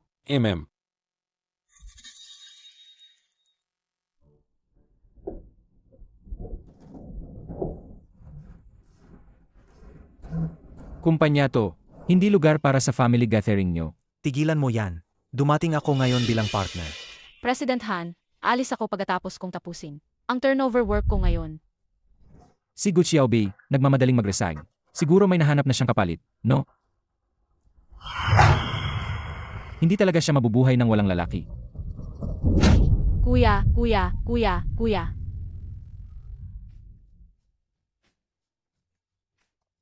Ilang taon na ba kayo? Ang pangit pa rin ng away nyo. Ang mukha ng pamilya Fu at Han. Ipapahiya nyo lang.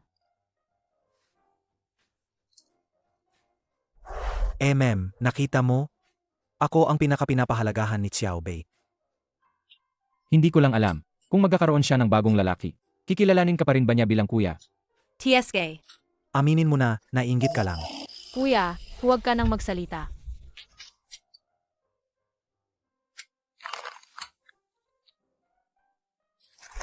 Ikaw na lang ang gumawa. Total engaged ka na. Para maiwasan ang hindi kinakailangang pagdududa. Mas mabuting huwag na lang maglapi. Sobrang grabe ng sugat ko sa kamay. Kaya hindi ako makakapunta. Sino ang gumawa sa'yo niyan? Sugatan ka ng ganyan. Siguradong masakit yan, di ba? Ako na ang maglalagay ng gamot. Maliit na galos lang to, hindi na kailangan ng gamot. Paano naman mangyayari yan? Ako ang iyong kasintahan ngayon. Kaya natural lang na. Ako ang maglagay ng gamot sa iyo. Tara na. Sabi ko na nga ba, hindi siya maganda. Xiaobei.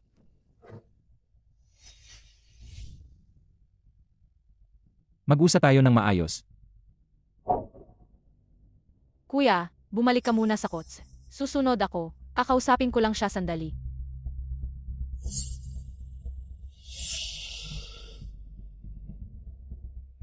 Bakit kailangan mong mag-resign?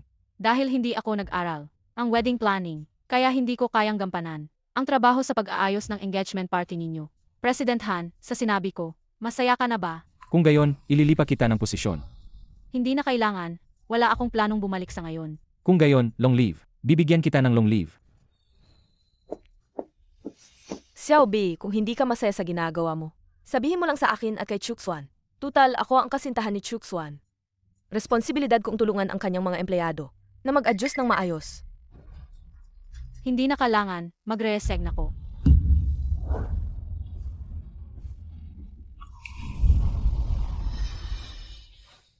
Kuya Chuksuan, engaged na tayo. Hindi ba dapat ayusin na natin ang pagpupulong dalawang pamilya? Masyadong abala ang kumpanya kamakailan. Pag may oras na lang.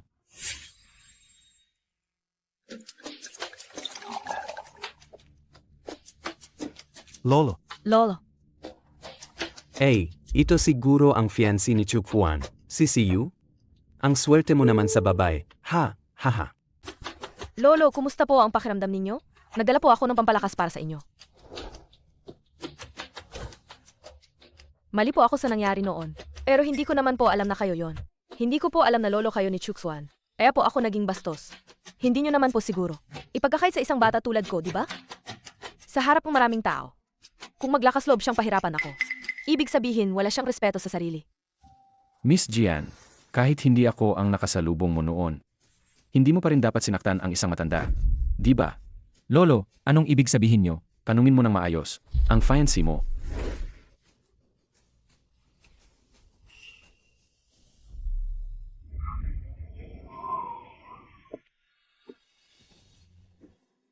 Lolo, magiging apo nyo na po ako sa batas. May mga hindi pagkakaunawaan na kailangan ko pong linawin sa inyo. Wala tayong hindi pagkakaunawaan. Alam na alam ko ang ugali at pag-ugali mo. Ayaw makinig na matandang to, ha? Kung gayon, Ay, tulungan nyo ako, bilis. Hindi ako marunong lumangoy. Bilis, may tutulong ba sa akin? Paano nangyari yon? Ang babaeng sumagip sa akin sa dagat noon. Paanong hindi siya marunong lumanggoy? Kuya Chuxuan, Ang babaeng ito, gaano pa karaming bagay? Niloloko mo ba ako? Lumalamig na ang tsaa, umalis na tayo. Kuya Chuxuan, MS Kin, Kuya Han, mukhang hindi ka gaanong pinapansin ni Chu Fuan.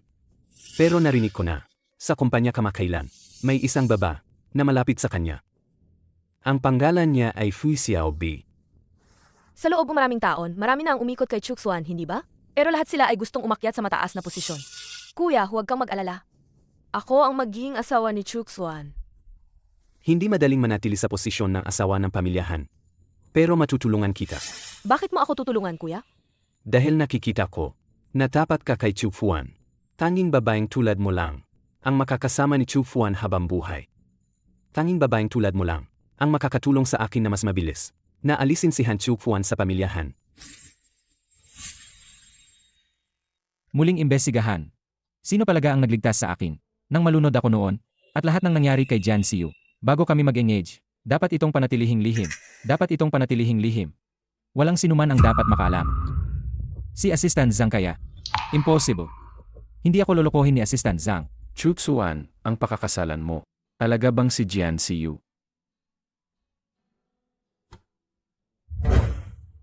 Sa totoo lang, noong na-ospital ako, si Fu Xiaobi ang nagligtas sa akin. Kahit matuloy man o hindi, ang kasalang ito. Dapat kang pumunta sa pamilya Fu, humihingi ng tawad. Han Second Young Master, ano ang sadya mo? Sa pamilya Fu. Tito, narito po ako para magkasalamat. Salamat po sa pagliligtas ni Xiaobi sa lolo ko. Hindi na kailangan ang pasasalamat. Mabait na bata si Xiaobi. Kahit hindi ang lolo mo, kung ibang tao yon, ililigtas pa rin niya. Kung wala ka ng ibang sadya, maaari ka nang umalis. Tito, narinig ko po na may kasunduan sa kasal sa pagitan namin ni Xiaobi. Young Master Han, ikakasal ka na. May saysay pa ba ang pagtatanong mo niyan ngayon? Kahit may kasunduan man noon o wala. Wala na ngayon. Tito, kakanselahin ko po ang engagement namin ni Jian Xiu. Bago po yon, may mga bagay pa akong kailangan kumpirmahin. Pero ipinapangako ko po, na bibigyan ko si Xiaobi ng katarungan. Bukod pa rito, umaasa akong si Xiaobi ay babalik sa Han Group para magtrabaho.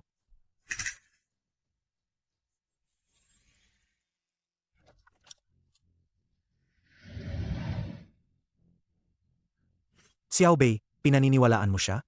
gusto ko lang bumalik sa trabaho. Dahil sa kasal ninyong dalawa, kaya ka pinapasok sa Han Group para magkaroon kayo ng relasyon. Pero paano kanya tinrato? Mabuti na lang, wala nang kasunduan sa kasal, kaya hindi mo na kailangang bumalik. Kuya, hindi ako babalik dahil sa kanya. Gusto kong matuto pa sa Han Group. Para matulungan ko si kuya sa negosyo ng pamilya. Huwag mong kalimutan, may ilang kalaban pa doon. Kuya, huwag kang mag-alala. Alam ko ang ginagawa ko.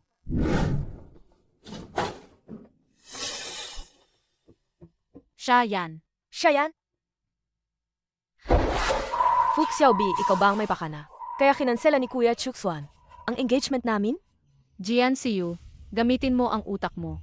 Bakit naman makikinig sa akin si Han Chuxuan? Hindi ba ikaw ang kanyang fiance? Sumama ka sa akin.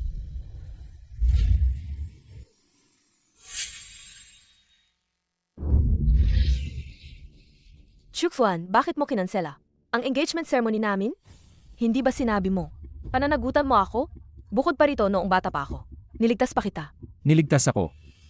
Hindi ka marunong lumanggoy. Paano mo ako nailigtas? At saka, ang birthmark sa balikat mo. Apex rin.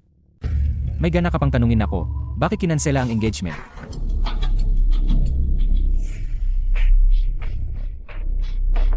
Chuxuan, lahat ng ito ay dahil sobrang mahal kita.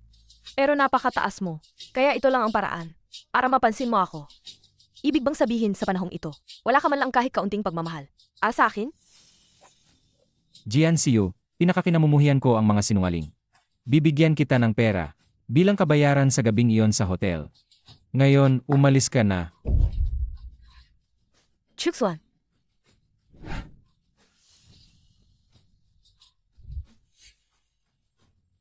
Nakita ko lang sa banyo. Ang pregnancy test kit. Naku, kanino kaya yan? Fu Xiaobi, pagpasok ko sa banyo. Nakita ko siyang lumabas doon.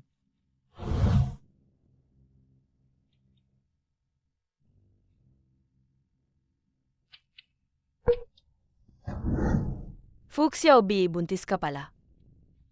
Kung gayon, huwag mo akong sisihin kung maging malupit ako. MSV, AMM. nagmamadali ang arrangement ng kumpanya. Kaya pinahirapan ka pa naming pumunta. Walang problema. Papasukin si Fu Xiaobi. Sa kotse na may plate number na nagtatapos sa 668.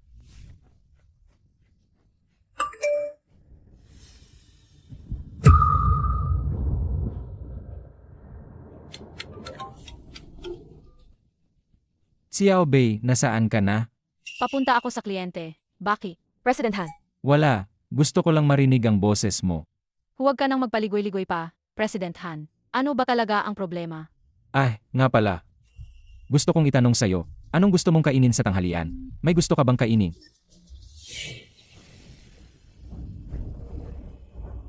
President Pan, parang nawala ng preno ang sasakyan ko. Xiao Mei, makinig ka sa akin.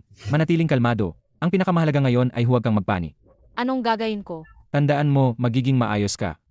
President Han, may isa pa akong sasabihin sa'yo. Noong araw na sinalubong natin ang branch office ng Gangcheng. Sa totoo lang, noong gabing yon, tayo. Ikaw pala.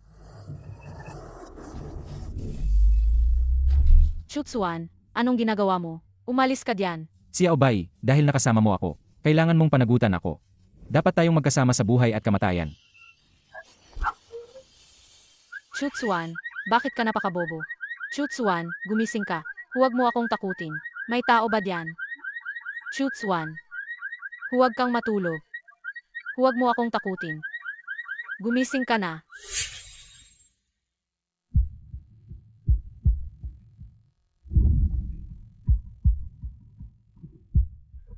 Kuya, ayos lang ako.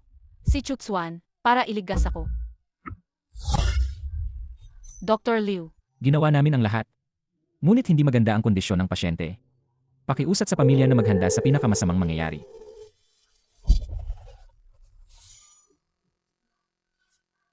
Kuya. Kuya Mingxi, hindi ka ba isang henyong doktor? Pwede mo bang iligtas si Chutsuan?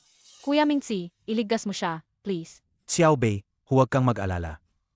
Magiging maayos din si Han Chutsuan.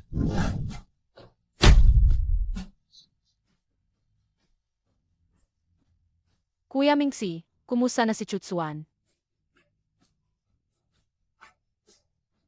Wala na sa panganib ang buhay ni Han Chutsuan. Ang galing. Kuya Mingxi, salamat. Kuya Mingxi, 3 araw nang hindi nagigising si Chutsuan. Ano ang gagawin ko?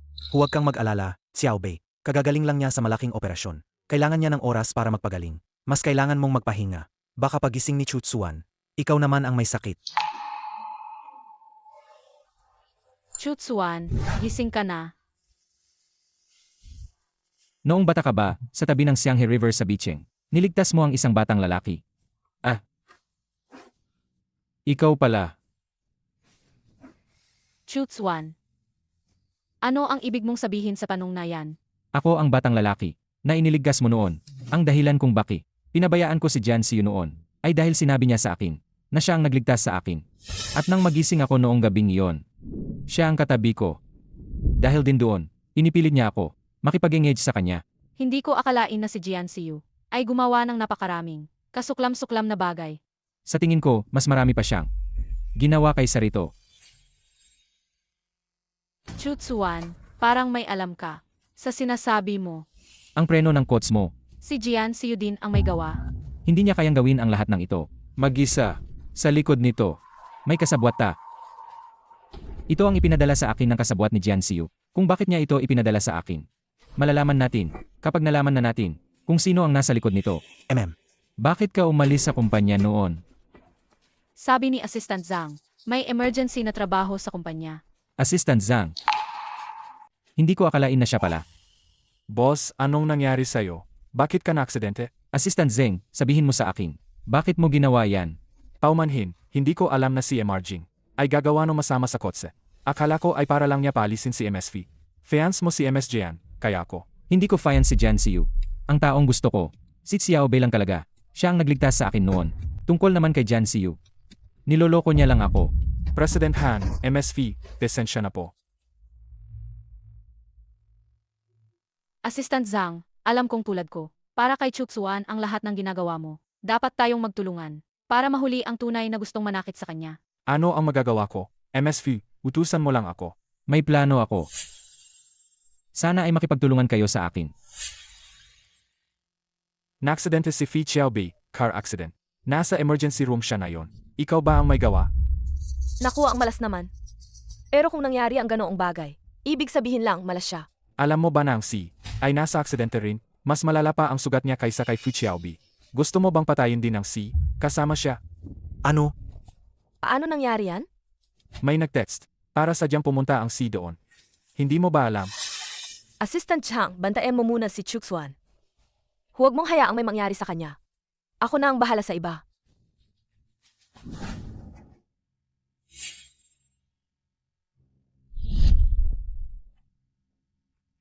Hanyang, ikaw ba? Ang nagpadalang mensahe kay Chutsuan? Alam mo ba, kung hindi dahil sa'yo, patay na sana si Fu Xiaobei ngayon.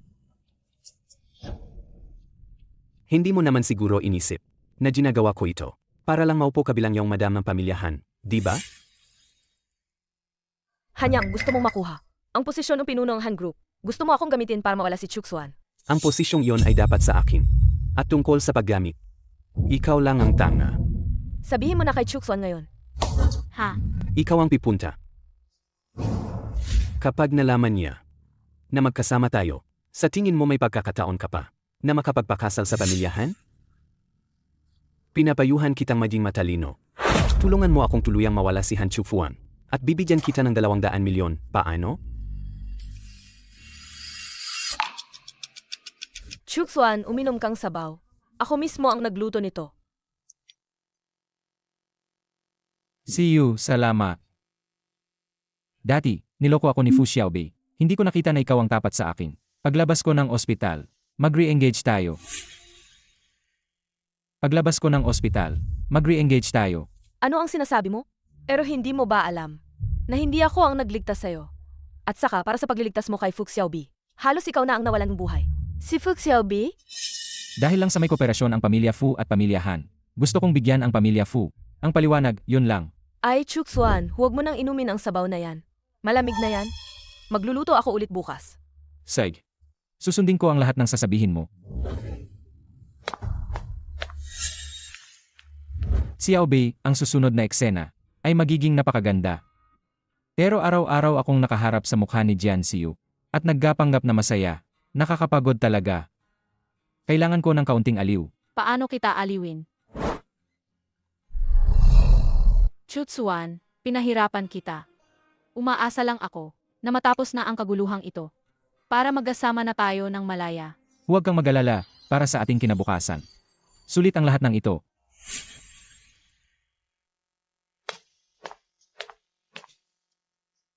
Xiaobei, may sasabihin ako kay Kuya Mingxin ng sarilinan. Lumabas ka muna. Kuya, huwag mo sanang saktan si Chutsuan. Mahina pa siya ngayon.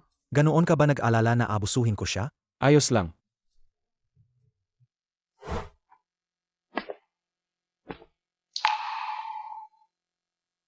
Alam kong gusto mo si Xiaobei, pero hindi ako pwedeng makipagkumpetensya sa iyo ng patas. Han Chutsuan, huwag mong kalimutan. Ang buhay mo ang iniligtas ko. Pero magkaiba yan. Para sa akin, mas mahalaga si Xiaobei kaysa sa buhay ko. Sage, ano yon? Bago ko yayain si Xiaobei na magkakasal, kailangan ko kayong tumulong sa akin sa isang palabas. Kailangan kong kapusin ang engagement ceremony namin ni Jian Siu. Boss, narinig ko na si Han Chusuan. Pagkalabas niya ng ospital, ay magpapakasal na kay Jian Siu. Anong sabi mo? Ang bobong babaeng yan. Hindi niya pala. Sinunod ang plano. Hindi pwede. Hindi ko hayang. Lahat ng pinaghirapan ko ay mapunta lang sa wala. Ha? Anong gagawin natin ngayon? Ano nang gagawin? Mukhang kailangan na nating gumamit ng matinding paraan. Kung magtatagumpay tayo, ito na ang pagkakataon. Assistant Hang, salamat talaga. Sa pagtulong mo sa akin ng maraming beses. Kapag nakasal na ako sa pamilyahan, hindi kita pababayaan. Tungkulin ko po yan.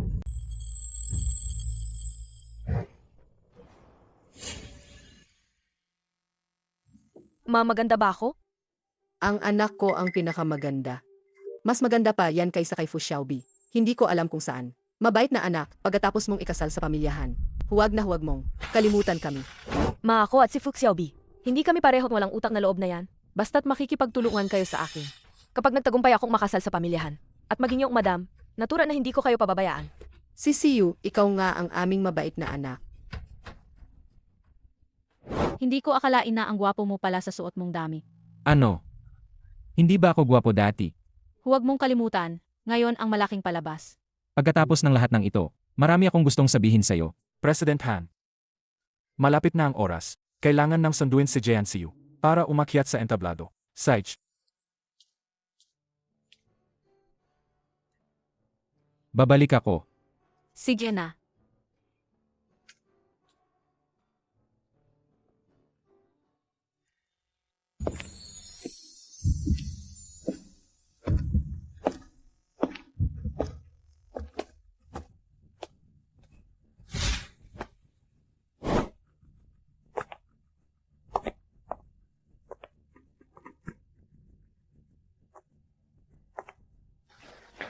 Nabalitaan ko, Miss Fee.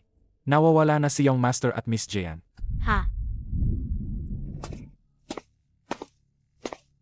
Akawalan mo kami. Sino yan? Akawalan mo kami.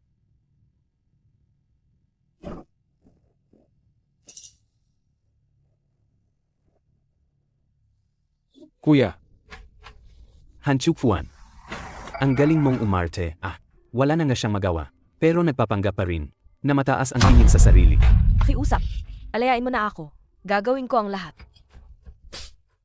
Babaeng tulad mo na hindi marunong tumupad sa salita. Mas mabuting manahimik ka. Kung hindi, unahin kitang patayin. Kuya, alam kong ayaw mo sa akin. Pero kailangan pa bang umabot sa ganito? Hindi ba dahil lang sa paboritismo na matandang yon? Kung hindi dahil sa'yo, matagal ng akin ang pamilyahan. Sa mga galaw mong iyan, ang pamilyahan sa kamay mo ay masisira lang sa huli. Alam mo ba kung ano ang pinakakinainisan ko sa'yo? Iyan, mayabang mong pagmumukha. Kahit masira pa ang pamilyahan, dapat ay sa kamay ko. Tungkol naman sa'yo? May mga pampasabog sa paligid. At sa oras na yon, boom! Magiging piraso ka na. Tingnan natin kung paano ka pa mangangaral. Pakiusap. Alayain mo na ako. Pakiusap.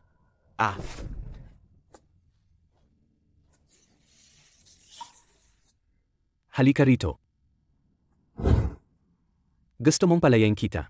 Sage. Patayin mo siya, at pakakawalan kita.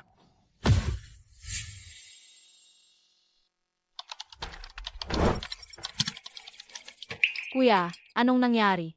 Okay lang ba si Chutsuan ngayon? Huwag kang mag-alala, kapatid. Ginagawa ko ang lahat. Pangalawa, hanapin mo agad ang lokasyon nila. Nahanap ko na. Nasa isang abandonadong gusali sila sa labas ng bayan. Umalis na ang SWAT team. Sid, Sa tingin mo, palalampasin niya ang isang saksi.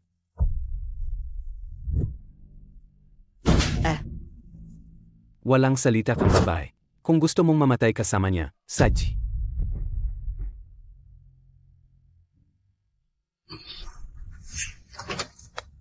Bitawan mo siya. Sadye, kung gusto ninyong mamatay ng magkasama, pagbibigyan ko kayo.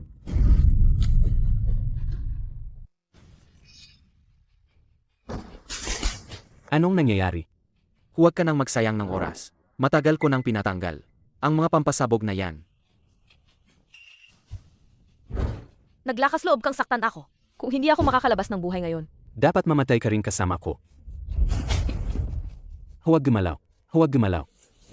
Wala akong kinalaman dito. Siya ang gumawang lahat. Huwag ninyong kalimutan. Sino ang nagpakialam sa kots ni Fu Xiaobi? Anong pinagsasabi mo? Mga pulis, huwag ninyo siyang pakinggan.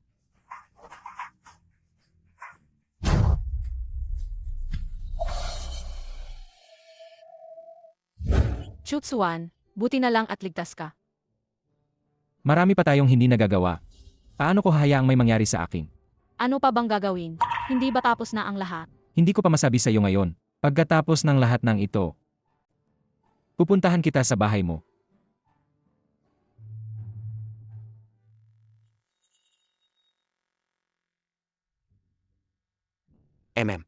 Xiao Bei, sino ang hinihintay mo? Si Han Chutsuan. Wala naman, iniisip ko lang. Kung saan pupunta sa Makalawa. Kung ganon, gusto mong pumunta sa beach ng 2 araw? Ay, maganda rin ang magpalit ng kapaligiran. TSK. Ang init, huwag na lang. Bukod pa rito, marami pa akong gagawin. Xiaobi, Hindi pa nagpapalit ng damit, bakit nagmamadali? Ay, muntik ko nang makalimutan. Alin ang isusuot ko? Ay, bakit walang maganda? Sa totoo lang, Xiao Bei, kahit anong suotin mo, maganda ka. Kung si Han Chutsuan ay may kahit kaunting hindi gusto sa iyo, diretso ko siyang sisipain palabas. Sige na, kuya, lumabas ka muna. Magpapalit ako ng damit. Ang dalaga, hindi na mapipigilan.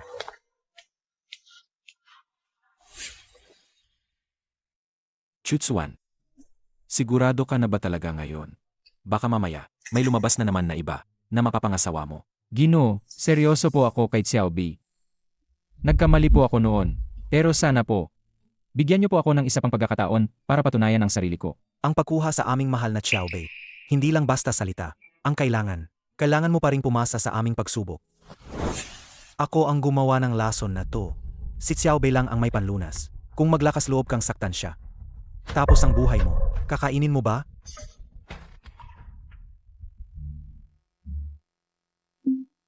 Anong ginagawa mo?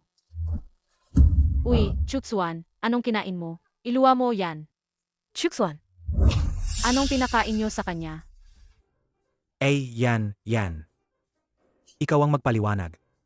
AMM?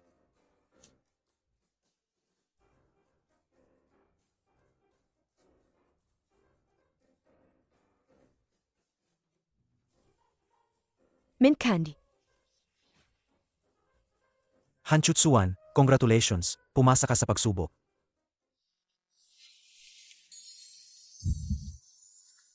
Ang gusto kong sabihin ay, Xiao Bei, mahal kita. Apakasalan mo ba ako? Pakasalan mo siya. Pakasalan mo siya. Pakasalan mo siya.